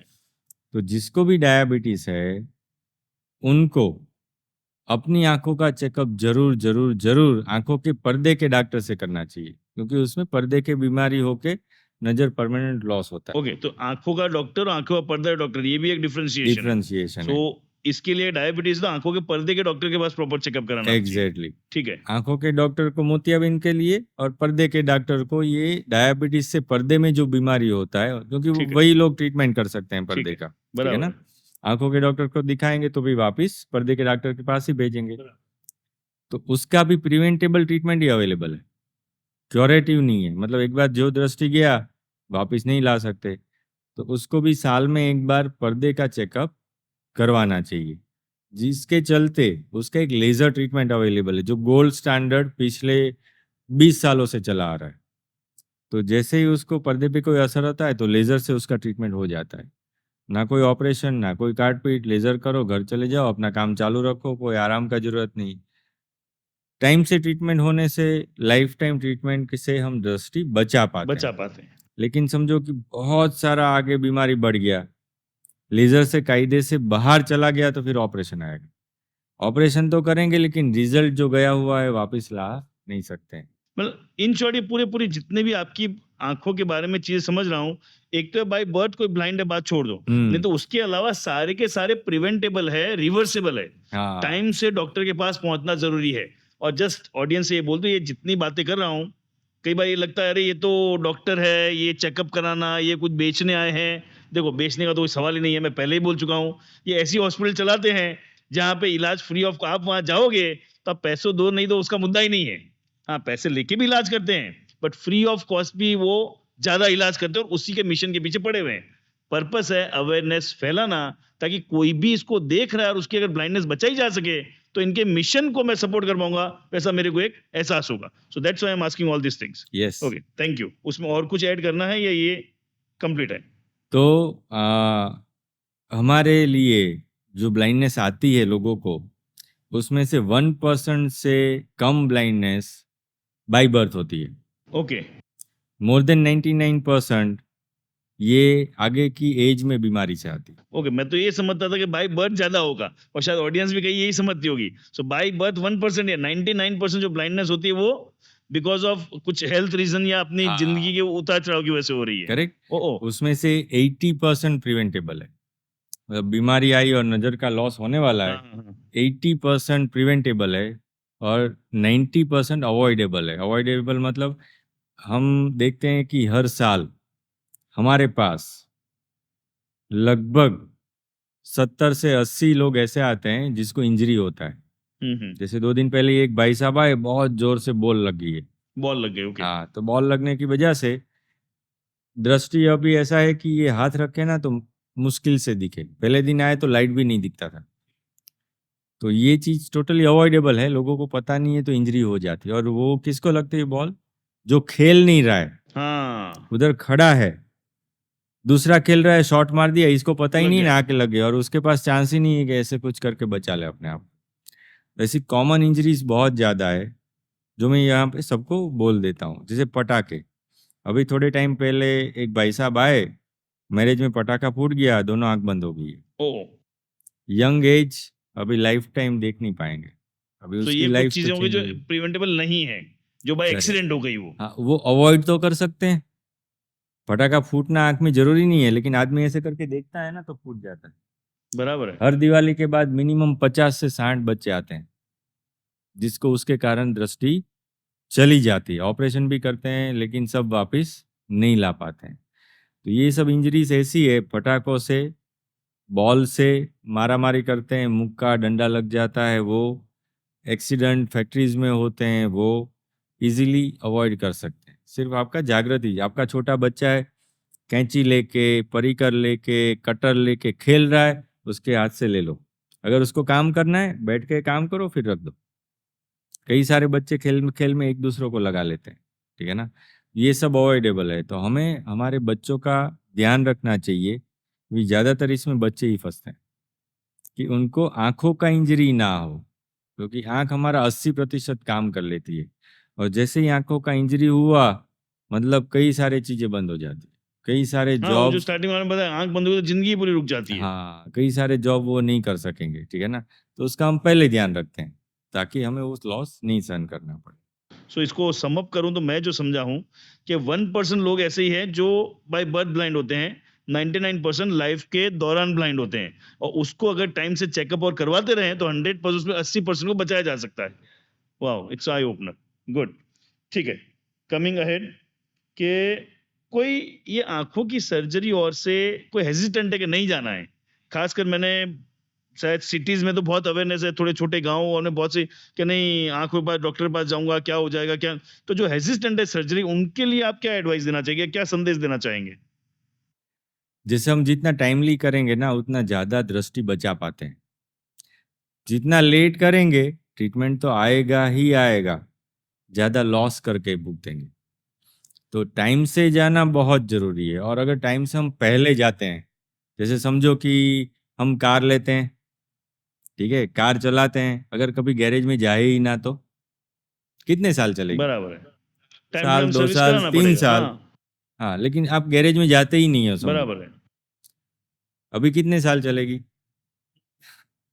और जब भी आपको गाड़ी खराब हुआ और गैरेज में गए तो रिपेयर करते रहेंगे, तो ज़्यादा लंबा टाइम चलेगी। ऐसे ही ये मशीन ही है ना, बराबर है। इसको भी उसके गैरेज में ले जाना पड़ेगा। बराबर है। मशीन यंग है तो कम रिपेयरिंग, ज़्यादा है, उम्र हो गया तो ज़्यादा रिपेयरिंग, ठीक है। तो हम उसको टाइम से, जब भी तकलीफ हुआ, अभी समझो गाड़ी में थोड़ा सा एक डिफेक्ट आया, जितना जल्दी जाएंगे छोटा रिपेयरिंग, काम खत्म। खींचते रहो, बड़ा पार्ट गया, बड़ा रिपेयरिंग, खर्चा भी ज़्यादा, लॉस भी ज़्यादा। और अगर प्रिवेंटेबल करे तो टाइम से सर्विस करो, टाइम से जो भी ऑयल बदलना है वगैरह वगैरह करते रहो, तो क्या होगा, कम डिफेक्ट और बहुत लंबा चलेगा। सेम चीज़ यहाँ अप्लाई होती है कि आप 40 के बाद चांसेस ज़्यादा है कि आँख अपना इलाज मांगेगी, तो हम प्रिवेंटेबल ही जाए। जैसे मैं आपको एक उदाहरण देता हूँ, यूके, वहाँ पे डायबिटीज का हर एक पेशेंट का चेकअप बाय गवर्नमेंट रूल करना ही पड़ता है, कंपलसरी। फिजिशियन को कंपलसरी ओके। भेजना है, चलेगा ही नहीं। तो वहाँ पे 99% ट्रीटमेंट सिर्फ लेजर से हो जाती है, मुश्किल से 1% हाँ को ठीक सर्जरी है, आती कोई है, चीज थोड़ी एक्सट्रीम ठीक होगी, है। ठीक है। और सर्जरी आए तो भी नजर ज़्यादा बचता है। उसके सामने हमारे देश में ज़्यादातर विजन लॉस के बाद आते हाँ, हैं, हाँ। सर्जरी के बाद भी पूरा नहीं पाते हैं, और वर्किंग एज में विजन लॉस की वजह से जॉब का भी लॉस भुगतते हैं। सो इन शॉर्ट जो मैं समझ रहा हूँ, आंखों के मामले में इलाज बहुत सिंपल है। कोई रिस्क है नहीं, पेन कोई है नहीं, जितना जल्दी आप चले जाओगे उतना आपकी आंखों के बचने के चांस बढ़ जाते हैं। बढ़ जाते तो हैं। इंस्टेड ऑफ टेंशन लेने की जगह फटाफट आंखों में कोई दिक्कत लग रही है चले और जाओ। कहीं मुझे पता नहीं, बट SVNM मतलब श्री विवेकानंद नेत्र मंदिर का तो आप कांटेक्ट कर सकते हैं। अब यहाँ पे एक बात मेरे दिमाग में आती है, बहुत चीजें मैं आपको पर्सनली जानता हूँ, मुझे पता है, फिर भी for audience I am asking, ये पूरा फ्री मॉडल है तो क्या हमेशा ऐसे लोगों के ऊपर डिपेंड होकर ही चलेगा? What is the actual model? जब ये हमने चालू किया तो समझो कि मैंने पहले सोचा कि हम 1 लाख रुपए का ट्रीटमेंट हर महीने फ्री करेंगे। वो करने लगे, पेशेंट और आने लगे, मतलब और रिक्वायरमेंट है अभी, तो और पैसा चाहिए। तो हमने नज़र दौड़ाया कि भाई हमको तो बहुत सारे लोगों का, क्योंकि समझो कि फ्री करना चालू किया मतलब बहुत सारे ऐसे पेशेंट आएंगे। और हमारा भारत देश में ये हकीकत है 2% लोग ऐसे हैं जो कोई भी ट्रीटमेंट अफोर्ड कर लेंगे। हाँ, अब उसको बोलो 2 लाख क्या है, 2 करोड़ का है, वो करवा लेंगे। करवा लेगा, बराबर है। 2% लोग ही ऐसे हैं। 2%, ठीक है। 35 to 40% ऐसे हैं जो अफोर्ड कर लेंगे कंसेशन करके, मेडिक्लेम से या कहीं से इकट्ठा ठीक करके, है। लेकिन उनका इलाज हो जाएगा। सो मोटा मोटी 35 से 40% लोग ऐसा हुआ जो इलाज करवा लेंगे। 60% लोग ऐसे हैं अगर फ्री में ना दो वो ट्रीटमेंट नहीं करवा सकते। ओहो, उनका खाना पीना, घर चलाना, बच्चों का पढ़ाई मुश्किल से खत्म होता है, वो भी कर्जा लेके। तो इलाज के लिए पैसे कहाँ इलाज के निकालेंगे? लिए पैसे कहाँ से लाएंगे, ठीक है ना। और वो भी तो बड़ा गैप है, 60% ह्यूज गैप। ह्यूज गेम, ठीक है। तो इतना बड़ा ट्रीटमेंट, इतने लोगों का ट्रीटमेंट हमें करना है तो बहुत सारा पैसा चाहिए होगा, ठीक है। तो एक हमने दृष्टि दौड़ाई कि भाई हम क्या करें इसके लिए, कौन ऐसा हॉस्पिटल है जो ऐसा ट्रीटमेंट करता है। तो हमें मिली अरविंद आई हॉस्पिटल, जो मदुरई में स्थित है और उसके 11 ब्रांचेस है। ओहो, साल में वो लोग 3.5 से 4 लाख ऑपरेशन करते हैं और उसमें से 60% फ्री ऑफ कॉस्ट करते हैं। ओके। और मतलब इस 3.5-4 लाख में 60% फ्री फ्री करते ऑफ हैं, कॉस्ट, बाकी के पेड आते हैं। ठीक है। ठीक है। और कितना उनका हर साल का बजट रहता है? 1,000 करोड़। ओहो, हर साल 1,000 करोड़ डोनेशन में मिलेंगे? मुश्किल है। बहुत मुश्किल मुश्किल क्या, है, मेरे तो समझ में ही नहीं आता है। ठीक है। इम्पॉसिबल ही लगता है। विदाउट सिंगल रुपी डोनेशन वो हॉस्पिटल चलता है। और उसका मॉडल क्या है? एक पेशेंट जो पेमेंट करेगा उसका प्रॉफिट से 2 लोग का ट्रीटमेंट हो जाएगा फ्री ऑफ कॉस्ट। मतलब एक पेशेंट है वो 2 लोगों को सहारा दे रहा है। ओके, मतलब मैं जो समझ रहा हूँ कि अपना जो मॉडल है वो फ्री इस संदर्भ में है कि जिनसे पैसे लेंगे वो फ्री वालों के लिए यूज होना है। तो ऐसा नहीं कि हर किसी के लिए फ्री होगा, अगर आप अफोर्ड कर सकते हैं तो पैसे भी लेते हैं, लेकिन जो आपसे पैसा लिया जाएगा वो कोई प्रॉफिट या अपने फायदे के लिए यूज नहीं किया जाएगा, वो जो जरूरतमंद है उसको यूज किया उसको जाएगा। यूज किया तो जाएगा, उससे वो इंडिपेंडेंट हो जाएगा लॉन्ग टर्म में। करेक्ट। Excellent, good. इसीलिए हमने एक नॉन प्रॉफिटेबल ऑर्गेनाइजेशन की स्थापना की कि जो पैसा आएगा पेड पेशेंट की तरफ से वो सिर्फ और सिर्फ जिसको फ्री ट्रीटमेंट चाहिए उसी के लिए यूज होगा, गॉट। ताकि ये सेल्फ सस्टेन चलता रहे और हम एंडलेस पेशेंट की ट्रीटमेंट कर पाए। सो जो अरविंद हॉस्पिटल मॉडल बोलते हो 40% वाले पैसे दे रहे हैं, वो 60% के लिए सफिशिएंट हो जाता है और वो चलता रहता चलता है। रहेगा। गॉट। तो सो जब भी यहाँ स्ट्रक्चर बनाना है पहली हाँ, बार ही स्ट्रक्चर के लिए पैसा चाहिए, ठीक है, फिर वो सेल्फ फिर तो वो सस्टेन। साइकिल घूमती रहेगी। ठीक है, इसमें एक एक जो सवाल मुझे बहुत आता है, इवन अभी इन दिनों मेरी मम्मी ने भी आपसे ऑपरेशन कराया तो उनका भी ये सवाल था, तो वो सवाल मैं सीधा पूछता हूँ। ये फ्री की बात आती है, ऐसा लगता है कि वो सब ऐसे ही होता होगा, कोई ट्रीटमेंट सही नहीं होता होगा। करेक्ट। सो अरविंद हॉस्पिटल की, आपकी जो हॉस्पिटल है, इनफैक्ट मैंने उसका एक्सपीरियंस भी लिया है, फिर भी आपके मुंह से सुनना चाहता हूँ, what is the quality of surgery? क्योंकि एक सवाल फ्री आते ही लगता है नहीं यहाँ पे ट्रीटमेंट सही नहीं होगा, दैट्स अ कॉमन कंसेशन। तो what is the reality at your hospital? जैसे देखो कि सर्जरी उसकी क्वालिटी के लिए क्या चाहिए, तो लोग क्या पसंद करते हैं? डॉक्टर बहुत ही स्किल वाला होना चाहिए, बहुत स्किल चाहिए। आई सर्जरी है, ठीक है, उसमें कोई रिस्क नहीं ले सकते हैं। तो एक एवरेज हॉस्पिटल है, मतलब कोई हॉस्पिटल इंडिया का ले लो, या तो इंडिया में 25,000 सर्जन है। एवरेज एक सर्जन एक साल में कितने ऑपरेशन करेगा? तो वो एवरेज है 300 से 400, एक सर्जन 300-400 ऑपरेशन करता है। ठीक है। हमारे यहाँ पे और अरविंद में एक सर्जन एक साल में 2 से 3 हजार सर्जरी करता है। ओके, 2 से 3 हजार सर्जरी। ठीक है, ओके तो उसका स्किल कितना रिफाइंड होगा, हाँ, उसकी प्रैक्टिस कितनी बढ़ जाती है, रोज वो का काम करो, फ्रीक्वेंटली कर रहा है, फ्रीक्वेंटली करता है। ठीक है, जो सर्जरी में नॉर्मली आधा घंटा लगता है, अरविंद में 4 मिनट लगता है, हमारे यहाँ पे अभी मैक्सिमम 8 मिनट 10 मिनट लगता है। ओके। सो इतने स्किलफुल हो जाते इतने हैं। स्किलफुल हो जाते हैं। ये ऑडियंस को वापस में थोड़ा उसको क्या बोलते हैं कॉम्प्रिहेंड करता जाऊं, जल्दी होने का मतलब कोई वेट नहीं उतर रही है। जो डॉक्टर साल में 300 ऑपरेशन करता है और साल के 3000 कर रहा है, 10 गुना कर रहा है, तो उसकी स्किल इतनी डेवलप हो जाती है कि वो चीजें अच्छी भी नॉर्मली कर रहा है और फास्ट, स्पीड में भी कर रहा है। एग्जैक्टली, गॉट, ठीक ठीक है। है। सो डॉक्टर तीसरा, क्वालिटी हो गई, ठीक है। और ये हो गई। तीसरा, इतने ज़्यादा हम ऑपरेशन करते हैं, तो आजकल ऑपरेशन के लिए मशीनरीज बहुत महंगी आती है। जैसे हमारे यहाँ पे हॉस्पिटल के अंदर जो मशीनरीज है, सिर्फ मशीनरी की कॉस्ट 15 करोड़ रुपया है, ओहो हो। ठीक है। अभी कोई, मैं प्राइवेट प्रैक्टिस करता हूँ तो मैं इतना अफोर्ड नहीं कर सकता। सो क्यों? क्वालिटी ऑफ मशीनरी भी अपने आप ही उल्टी बेटर रहती है। हाँ, क्यों? क्योंकि एक ही मशीन पे अगर आप साल की 300 सर्जरी करो और उसी से आप अगर 1000 2000 सर्जरी करो तो उसकी कीमत बहुत डाउन आ जाती है। तो हम अच्छी से अच्छी मशीनरी अफोर्ड कर सकते हैं। गॉड, ये तो मैन्युफैक्चरिंग वाला मुद्दा ले आए कि एक मशीन से मैं प्रोडक्शन 10 यूनिट निकालूंगे, 100 यूनिट निकालूं, पूरी प्रोडक्शन ही तो मैं उतनी अच्छी मशीन अफोर्ड कर सकता हूँ। Exactly, God. तो ज़्यादा सर्जरी से अच्छी क्वालिटी कम दाम में देना मुमकिन हो जाता है सो हमारे लिए। अपने यहाँ पे ऐसी हॉस्पिटल में डॉक्टर्स भी अच्छे हैं, स्किलफुल ज्यादा, क्योंकि प्रैक्टिस ज्यादा मिली है।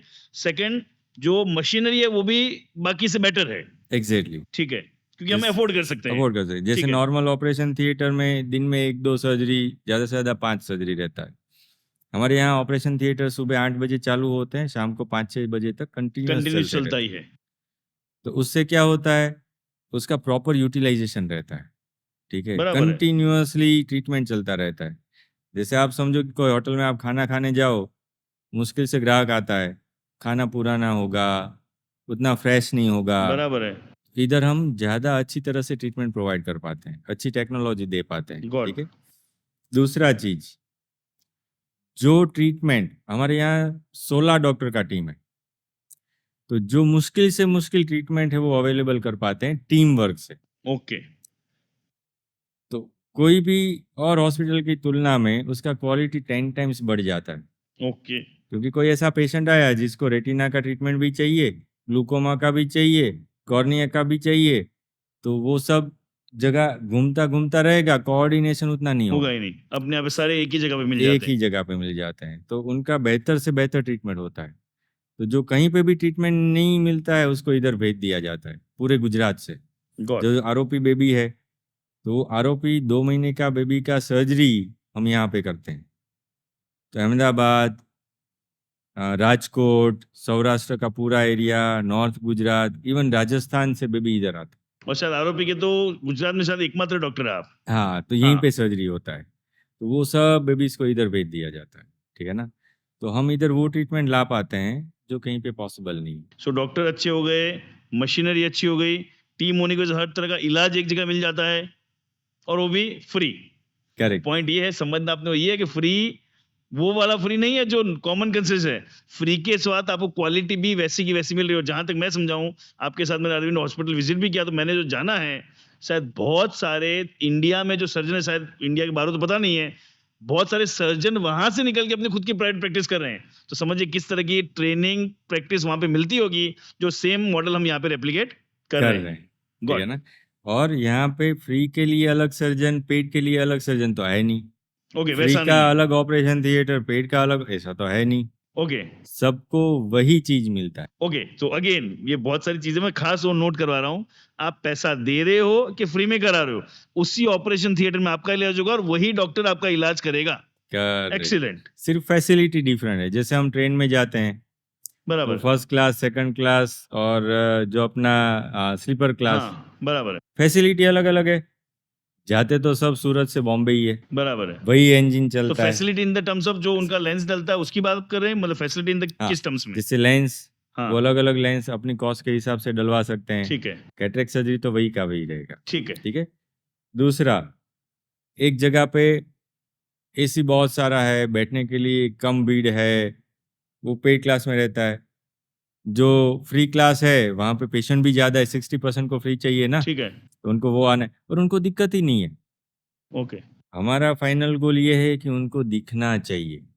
मतलब मैं एकदम सिंपल भाषा में बोलूं, ऑपरेशन थिएटर सबके लिए कॉमन है। कॉमन। जो वेटिंग एरिया वो शायद अलग अलग हो सकता है, क्योंकि वो एक क्लास से आता है जिसको वहां भीड़ भी होगी, वहां पे भी थोड़ा उसको मैनेज करना पड़ेगा। जो पे कर रहा है वो शायद थोड़ा एक क्लास अलग कम भीड़ में बैठेगा। करेक्ट। बाकी अल्टीमेटली जब ऑपरेशन थिएटर में घुसता है तो वो दोनों एक ही जगह पहुंच रहे हैं, एक ही जगह और पहुँचे वहां और थोड़ा एक ही मास है तो ट्रीटमेंट। थोड़ा वो उस तरह का चीजें चाहिए भी। करेक्ट। Got the point. तो अल्टीमेटली वो प्रोसेस में आगे पीछे है, अल्टीमेट इलाज के टाइम पे तो वो सेम सेम ही जगह पहुंचने वाले हैं। ट्रीटमेंट सबको एक सा है, गॉट फैसिलिटी अलग-अलग होती है। गॉट ठीक है, good. Lot of insights for me. So एक हमने आरोपी की बात करी, देन आप जब ये सर्जरी, ये पूरा जो मुहिम उठाया, व्हाट चैलेंजेस यू फेस और उसको कैसे डील किया? क्यों शुरू किया? पैसों का स्ट्रगल है, अभी भी स्ट्रगल है। मुझे पता है 23 जून को एक हम प्रोग्राम लेके आ रहे हैं, जिसके अंदर मैक्सिमम फंड रेजिंग का भी हम इवेंट करें। 23 जून को सूरत में इंडोर स्टेडियम प्रोग्राम लेके आ रहे हैं। सो अभी भी जो अपना चैरिटेबल हॉस्पिटल सुपा में खुलना है, going through lot of financial challenges, तो उसको कैसे डील करते हैं and how you go about it? जैसे समझिए कि ये जो सर्जरी होता है, तो हम यहाँ पे भी जो सर्जरी करते हैं फ्री में, वो भी फेको सर्जरी ही रहता है। फोल्डेबल लेंस ही डालते हैं। 3 एमएम से छोटे एंट्री से ही सर्जरी हो जाता है। तो हमने कहीं पे भी कोई कटौती नहीं किया है, ठीक है? तो उसमें क्या रहता है, हर एक सर्जरी का हमको 5000 खर्च लगता है, फ्री सर्जरी कोई भी करता है, 5000 रुपीज खर्च खर्च होता लगता है। है, ठीक है? तो काफ़ी सारे पेशेंट तो पेड सर्जरी से ही हो जाते हैं। लेकिन अभी ऑर्गेनाइजेशन ग्रो हो रहा है। बहुत सारे फ्री पेशेंट का ट्रीटमेंट, जैसे पिछले साल हमने 12,000 सर्जरी किए, 5,000 पेड किए, 7,000 फ्री ऑफ कॉस्ट किए। अगले साल हम 38,000 लोगों को ये सर्जरी इस करके, साल का जो टारगेट है। हाँ, ये साल में उनको वापस नई दृष्टि, नई दुनिया देने वाले हैं, ठीक है ना? सो तो 12,000 मतलब नॉर्मल जो आपने बोला 300 नॉर्मल होता है तो 3600 करता है, और आपने 12,000 की। 12,000 की, ओके, ठीक है। तो 12,000 सर्जरी पिछले साल हमने लिया था, वो हो गया। अगले साल हम प्रोवाइड करेंगे 38,000 लोगों को। तो ये 38,000 जो सर्जरी चाहिए, हमको सिर्फ 2,000 ऐसे लोग मिलेंगे ना, जो जवाबदारी ले कि 1 महीने एक सर्जरी का डोनेशन वो करवा पाएंगे। तो ये 38,000 में से जो 25,000 फ्री सर्जरी होना है, उसका हमें जो चैरिटी का वर्क के लिए पैसा चाहिए वो मिल जाएगा, और जो बहुत ईज़ी है। हाँ, बहुत लोग सिंपल सामने, सिंपल एक मैथ्स समझा दूं किसी को नहीं समझ में आया तो, 5,000 रुपए एक जने का ऑपरेशन लगता है। करेक्ट, ऐसे 2,000 लोग मिल जाए और तो वो हर महीने महीने 2,000 ऑपरेशन हो जाएंगे, और 12 महीने के 12 दूनी 24,000 ऑपरेशन को फ्री करने हैं।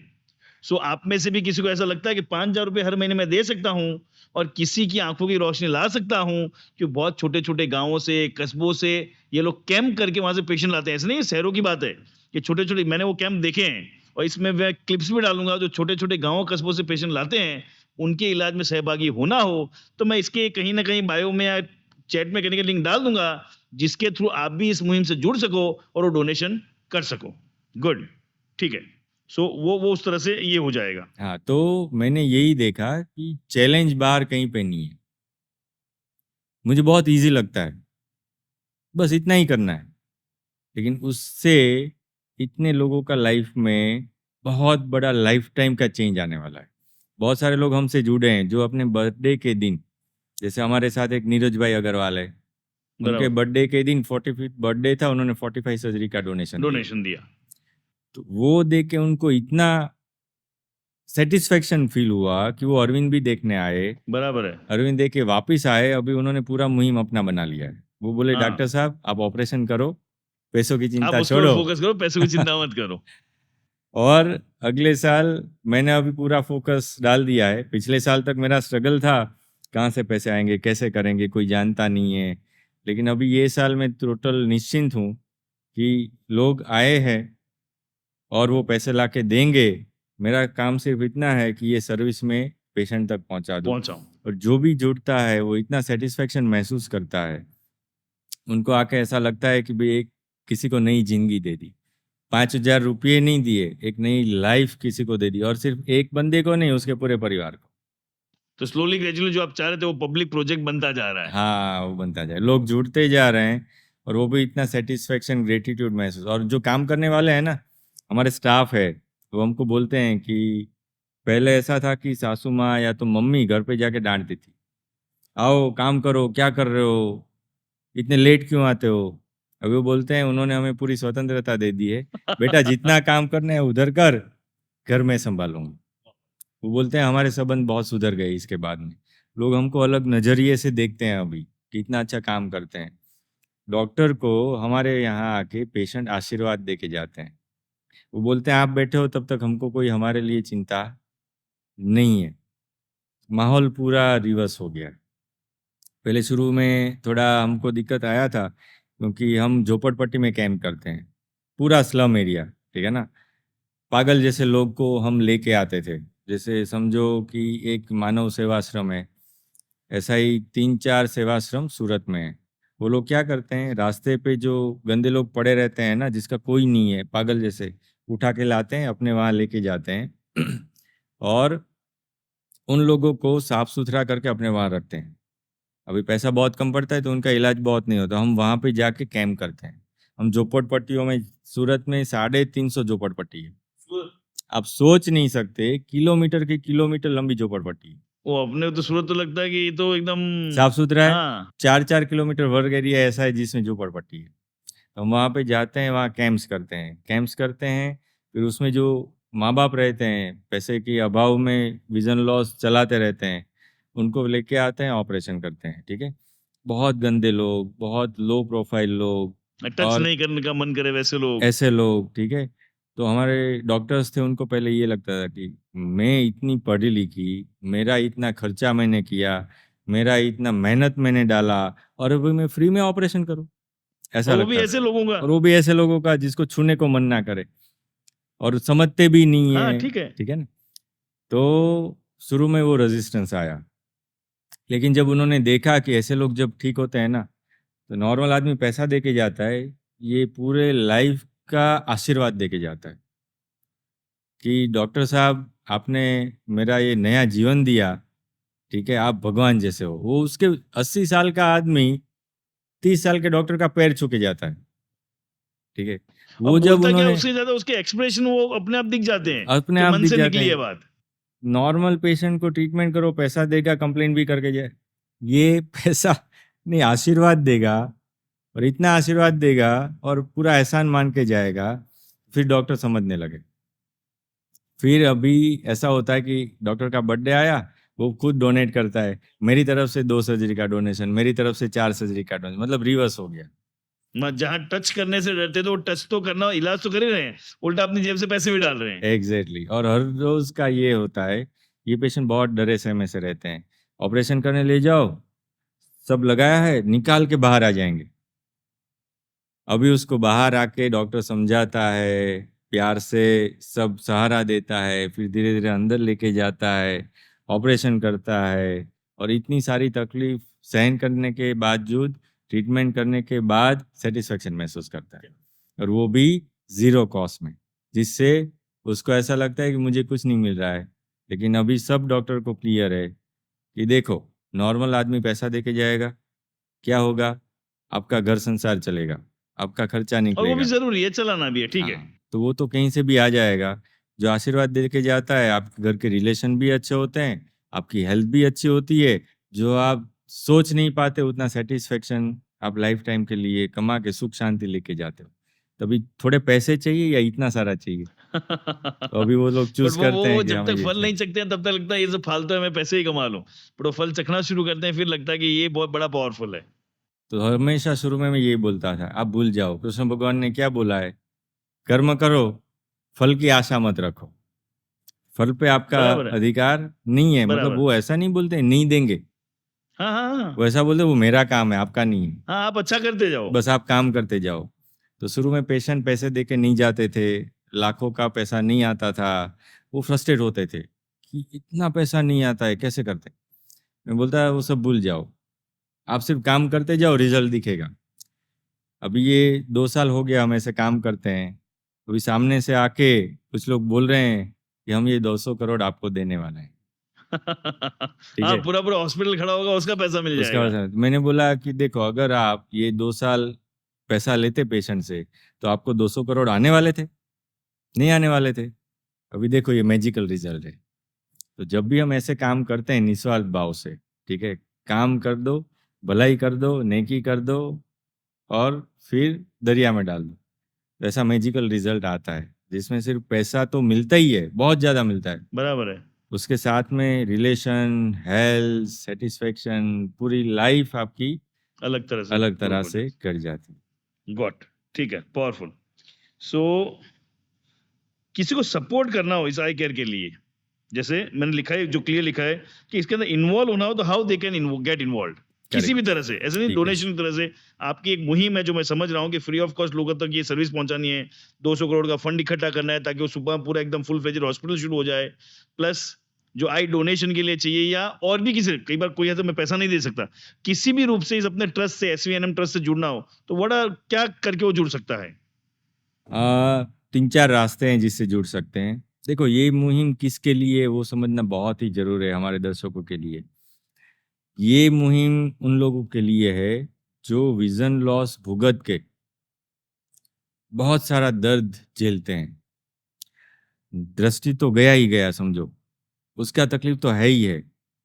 जैसे एक यंग लड़की जिसका दृष्टि चला गया, समझो सगाई हुआ है या तो शुरुआत शादी हुआ है और अभी नज़र कम हो गया, उसको छोड़ दिया जाता है, उसका तलाक हो जाता है। बच्चा भी है ना, बच्चे को भी छोड़ दिया जाता है, बच्चे के साथ में वाइफ छोड़ देती। नज़र का तो तकलीफ है ही, साथ में इतना सारा तकलीफ। हम चाहते हैं कि उनको ये तकलीफ ना सहन करना पड़े, उनको सपोर्ट मिले। तो समझो जिस किसी को भी दृष्टि के लॉस का तकलीफ है, हम हर कोई आदमी समाज का ऐसे लोगों को सपोर्ट करे। वो बेचारे नहीं है, हाँ, उनके पास बहुत सारी बुद्धि है। सो एकदम सीधी सादी भाषा में करो, डोनेशन वोनेशन पैसे की बात अलग जगह है। आप सबसे पहला सोचते कि ये भी एक अलग तरह सपोर्ट, सबसे पहला सपोर्ट ये आपके आसपास किसी को भी आंखों की तकलीफ है उसको इस ट्रस्ट तक हॉस्पिटल पहुंचा के सबसे पहला आप सपोर्ट कर सकते हो। अल्टीमेटली मिशन पैसा इकट्ठा करना तो है ही नहीं, अल्टीमेटली मिशन है ब्लाइंडनेस को अवॉइड करना। करेक्ट, ठीक सुपर। है। हॉस्पिटल तो पहुंचा सकते हैं, उससे पहले उसको नहीं दिखता है उसको मदद करो। रास्ता क्रॉस करने में तो मदद कर ही सकते हैं, लेकिन वो घर से निकला ही नहीं है तो उसको घर से निकलने में मदद करो। उसको जॉब पे जाना है, जॉब पे जाने में मदद करो। जॉब पे वो काम कर रहा है, वहाँ मदद करो। बच्चा है छोटा, ठीक है, उसको नहीं दिखता है ना, बोर्ड से लिख नहीं सकता है, बराबर है। वो टोटल ब्लाइंड नहीं है। बड़ी चीज दिखती है तो उसको क्लास में पहली बेंच पे बैठने में मदद करो। उसका बेस्ट फ्रेंड उसके बाजू में ही होना चाहिए। तो बोर्ड से नहीं दिख रहा है तो ये बेस्ट फ्रेंड बोलेगा बेटा क्या लिखना है, भैया क्या लिखना है, बराबर है। ठीक है। इतना सपोर्ट उसके लिए बहुत बड़ा होगा, ठीक है। तो पहला तो आप उन लोगों को सपोर्ट करो। हमारे समाज में एक सेंसिटिविटी चाहिए कि दृष्टि कम हो गई है तो बहुत स्ट्रगल है, वो स्ट्रगल में हम उनको मदद करेंगे, वो आगे बढ़ जाएंगे। बराबर है। दूसरा चीज, जब भी किसी को भी आप ऐसा देखें, जैसे समझो कि हम नॉर्मल घर वाले हैं, हमारे घर में लोग काम करने के लिए आते हैं, छोटी सी पगार रहती है कुछ हजार की, और उसमें ऑपरेशन आया तो जैसे ये बच्ची आई उसका 60,000 का एक आंख का ऑपरेशन, 2 आंख का 1,20,000, क्या आपकी काम वाली अफोर्ड करेगी? तो ऐसे लोगों को हम तक पहुंचा दो, ठीक है। हमारा ये जिम्मेदारी है कहीं पे भी कोई भी आदमी को दृष्टि का लॉस हो रहा है, ब्लाइंडनेस आ रहा है, तो उनकी जिम्मेदारी हमारी है। हम उसको बाखूबी नहीं पाएंगे और उसको वापस नया दृष्टि देंगे, ठीक है। ये चीज। तीसरा, आप ये सोच समाज में फैला सकते हैं कि कहीं पे भी किसी को भी तकलीफ है, ठीक है, उसको आप सही जगह पे पहुंचा दो, उसको गाइड करो, उसको हॉस्पिटल का रास्ता दिखाओ। उसको कोई तकलीफ है, मॉनिटरी छोटी सी मदद कर दो, तो उसको नई दृष्टि, नया जीवन मिल जाएगा, उसको लेट नहीं होगा। उसको जॉब में तकलीफ है, जैसे एक टीचर आए हमारे पास, उसको 2 साल से दृष्टि कम हो गई, टीचर है, स्कूल में है, तो उसको लगता था कि मैं छुट्टी नहीं ले सकती। उसको उतनी छुट्टी, मतलब उसको लगता है ऑपरेशन करना मतलब 1 महीने का आराम। बच्चों को पढ़ाना है, लिखाना है, स्कूल में से छुट्टी नहीं मिलती है तो क्या करेगी, ठीक है। 2 साल के बाद दूसरी आंख में भी दृष्टि कम हुई, पेपर भी दिखने बंद हो गए, तब वो आए और उसको तभी वही परेशानी थी कि मैं छुट्टी कैसे लूंगी। तो जब और मैंने जबकि एक दिन में ऑपरेशन हो गया, 3-4 दिन में तो काम लग सकते हैं। हाँ, तो जैसे वो सामने आके बैठे, मैंने बोला कि कैसा है, सब ठीक है? कुछ भी ठीक नहीं है। ये उनका पहला एक्सप्रेशन था। तो मैं समझ गया कि दिमाग की बैंड बज चुकी है उनकी। बराबर है। तो वो वापी से आगे कोई गांव है, वहां से आए थे। हमने बोला कि आज ही एक आंख का ऑपरेशन कर देते हैं, क्योंकि हमारे वहाँ पे शिरस्ता है, कोई भी पेशेंट आज आया है, वो बोलता है आज ऑपरेशन मतलब आज ऑपरेशन, उसको कल का दिन नहीं देखना है, क्योंकि एक भी हाँ, दिन क्योंकि विजन ऑलरेडी जो आप बोल रहे हो, आप जब लोगों को बोलते हो सेंसिटिव हो, तो आपको तो सेंसिटिविटी रखनी पड़ेगी। अब आ गया है तो अब उसको जितना जल्दी मुक्त करें उतना अच्छा है। इतना अच्छा है। उसी दिन उसका एक आंख का ऑपरेशन कर दिया, और ऐसे लोगों को जिसमें एक ही आंख में दिख रहा है, हम ऐसा ऑपरेशन करते हैं, इंजेक्शन दिए बिना, पट्टी भी नहीं करते हैं, आदमी देखता देखता ही जाता है। ओके। तो उसने बोला, मैं रास्ते में आई, दूर दूर से गाड़ियां दिख रही है अभी मुझे। घर पे जाके मैंने टीवी देखा, मेरे प्रिंसिपल से मैंने शेयर किया, तो प्रिंसिपल ने बोला कि आप चिंता मत करो, दोनों आंख का ऑपरेशन करो, आराम से 15 दिन के बाद आओ। प्रिंसिपल से जब उसको ये शब्द मिले ना, उसको बहुत अच्छा लगा, गॉट बहुत अच्छा लगा। गॉट तो गॉट। आपके साथ में जो है, उसको ट्रीटमेंट के लिए छोटा सा सपोर्ट, छुट्टी देना, वो भी सपोर्ट है। हाँ। ठीक है। सो हाँ। दूसरा, एक HVK डायमंड करके कंपनी है, तो उन्होंने अपने वहाँ पे कैंप करवाया। कैंप करवाया तो उसमें से बहुत सारे लोगों को चश्मा था, पहली बार उन्होंने लाइफ में चश्मा पहना, वो ओके। कंपनी के ऑनर की वजह से। मतलब चश्मा था, लेकिन चश्मा पहनते ही नहीं थे। 38 लोगों को कैटरेक्ट डिटेक्ट हुआ।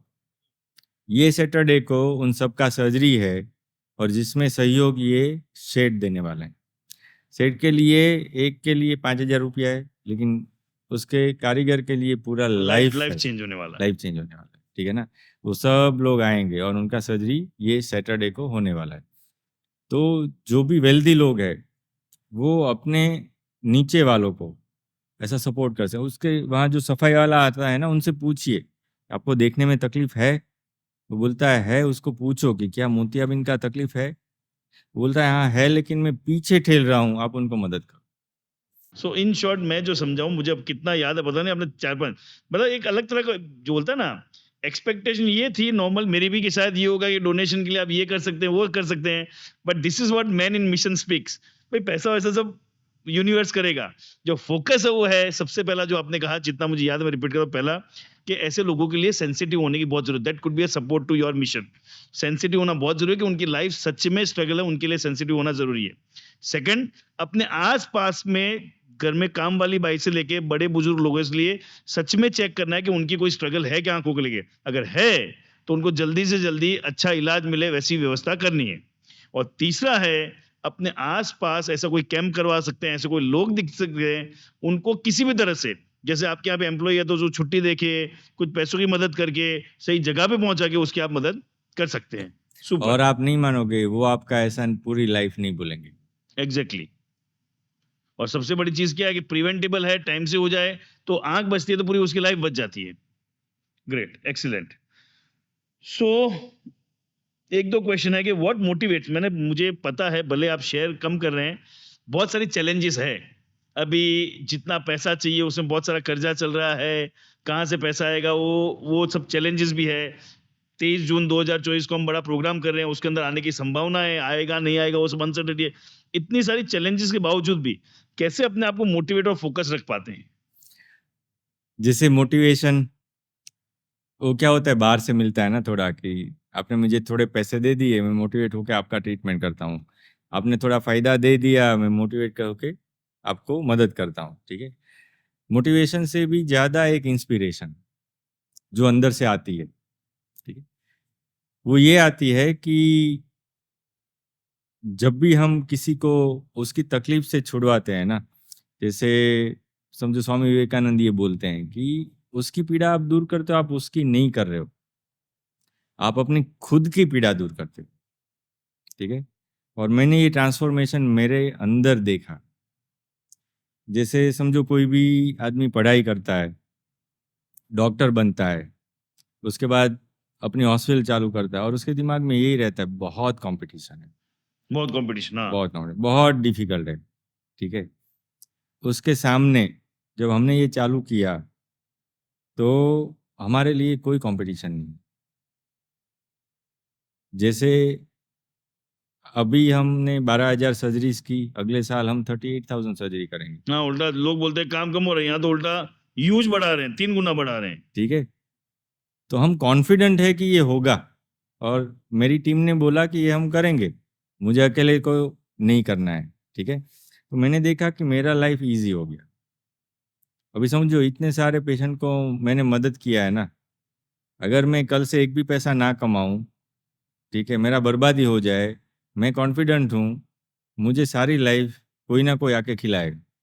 अगर इतने पेशेंट के घर पे भी मैं एक एक दिन भी जाऊँ ना खाना खाने के लिए, लोग हमें इनवाइट करते हैं, साहब आओ खाना खाने के लिए आओ, मिलने के लिए आओ, मेरी शादी में आओ। अगर मैं एक एक घर पे जाऊँ ना, मेरा लाइफ खत्म हो जाएगा, मैं तो सिक्योर हो गया। ये अलग तरह की सिक्योरिटी है।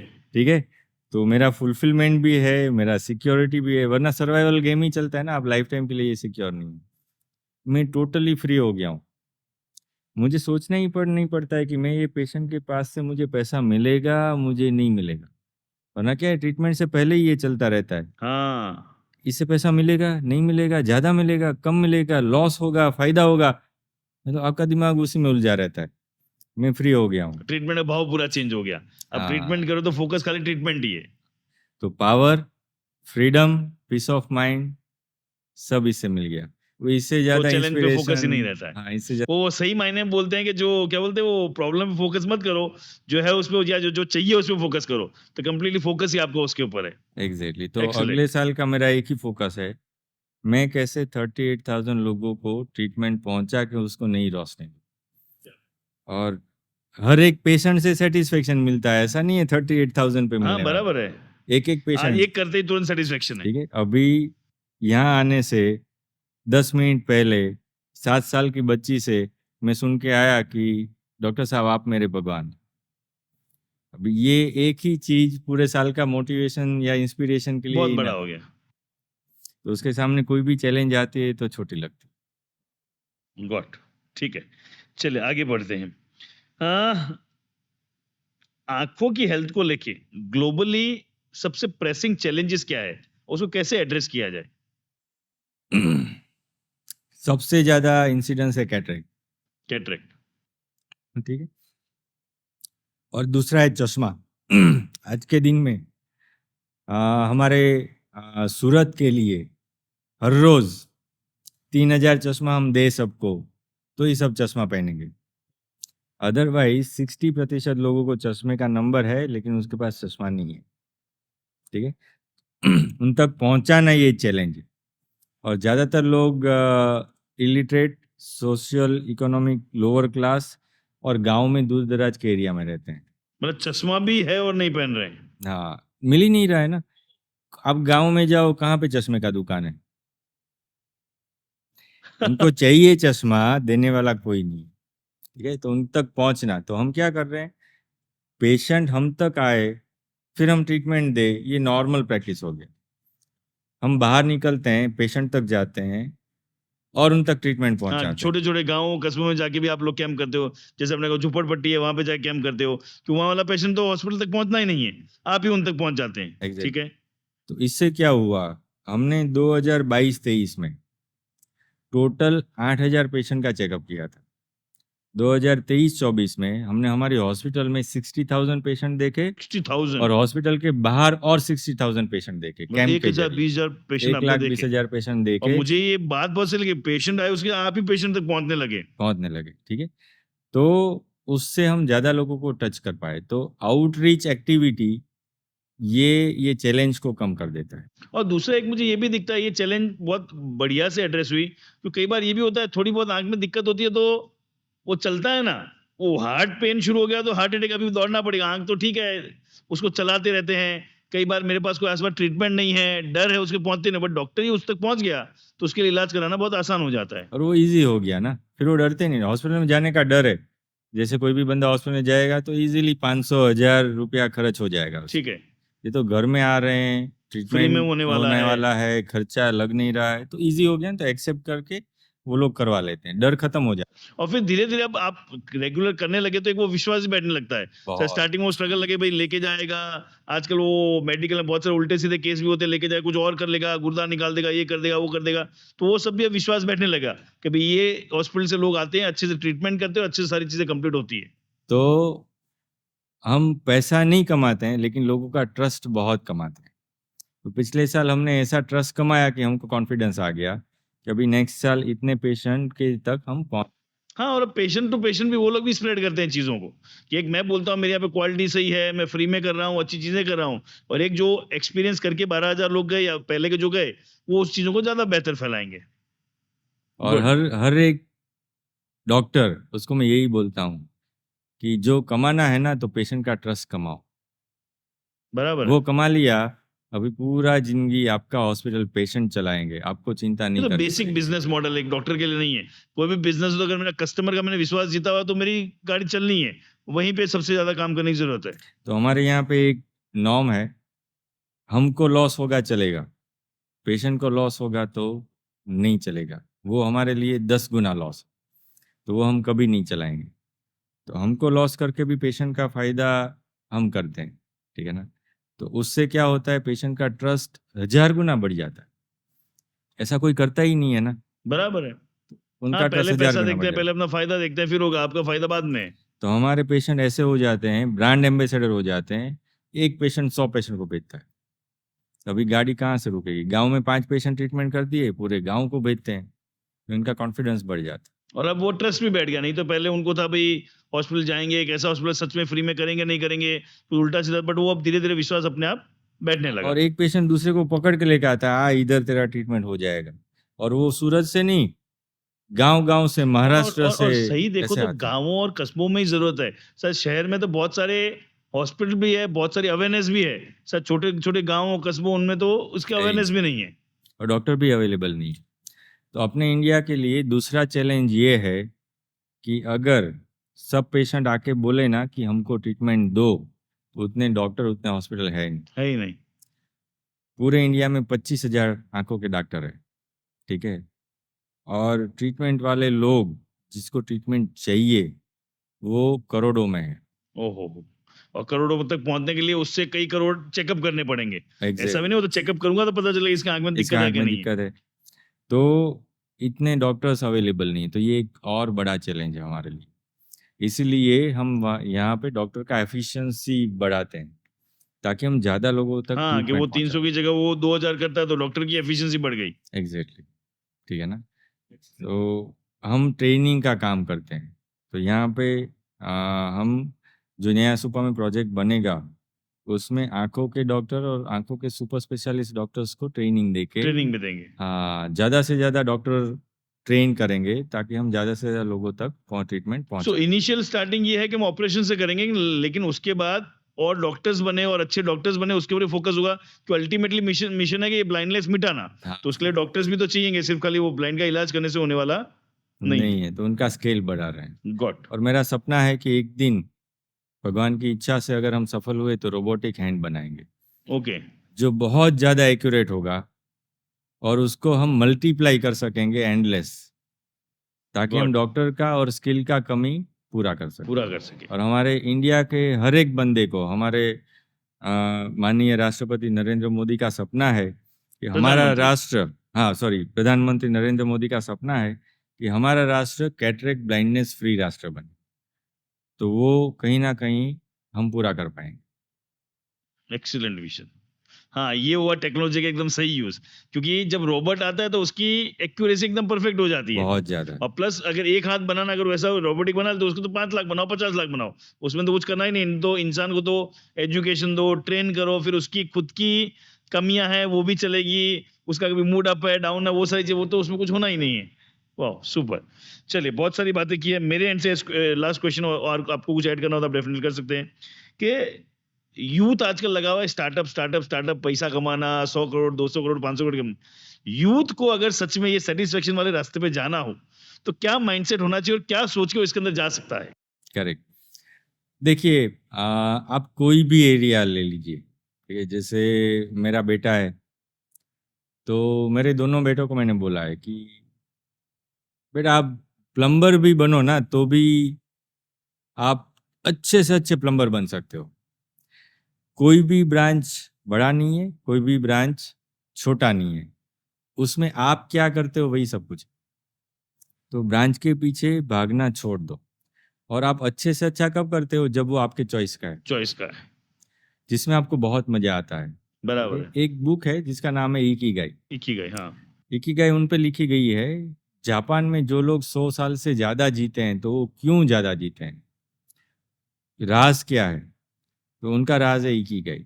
और इकिगाई कौन सी चीज है, वो ऐसी चीज है जो आपका पैशन है। पैशन मतलब आप उसको बहुत चाहते हो, एक चीज जिसको करने में आपको बहुत आनंद आता है।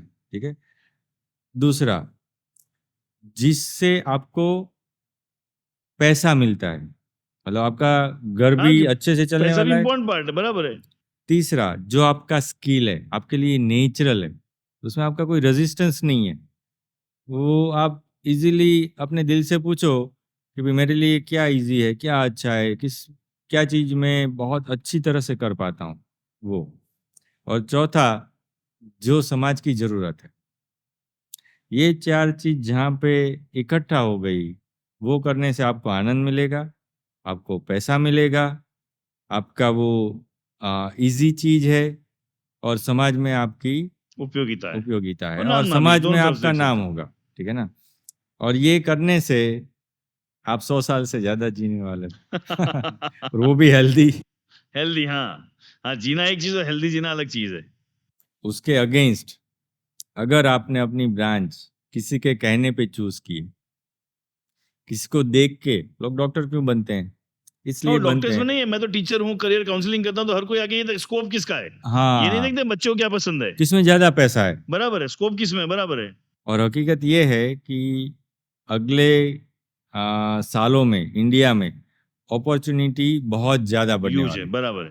है। आज अमेरिका में क्या होता है, हमारे पास आते हैं कि भाई अमेरिका में जो डॉक्टर है उनके बच्चों को उनका पैसा भी नहीं चाहिए और माँ बाप भी नहीं चाहिए, ऐसा कंडीशन हो गया है। तो वो हाँ, पैसे अभी कहाँ डालेंगे, उनको प्रश्न है। ठीक है, तो ऐसा ही हमारे यहाँ अगली पीढ़ियों में होने वाला है। हाँ, चेंज है। अभी चेंज है। अभी की जो जनरेशन देखता हूँ, उनको पैसे से ज्यादा, भाई मैं मेरी मन की चीजें करूँ, मेरी मस्ती की चीजें करूँ, मैं कमाऊँ, मैं खा लूँ और मेरा मस्त हूँ। तो वो बहुत अच्छा चेंज है। ठीक बराबर है, है।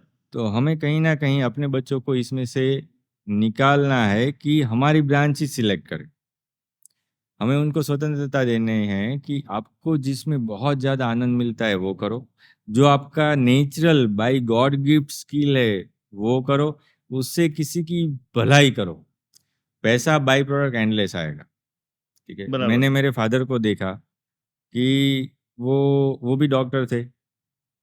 तो अगर दवाई अंदर से देते थे तो 5 रुपया 10 रुपया, ड्रेसिंग करते तो 5 रुपया 10 रुपया, और अगर दवाई लिख दिया और अंदर से दवाई नहीं दिया अपने क्लिनिक से और बाहर मेडिकल से लिख दिया तो पैसा ही नहीं लेते थे।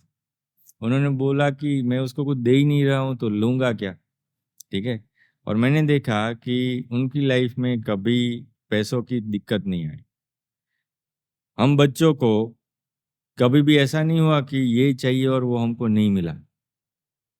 एबंडेंस हमारे पास ऐसे ही रही, जितना था उसमें से बहुत अच्छी तरह से हम जी।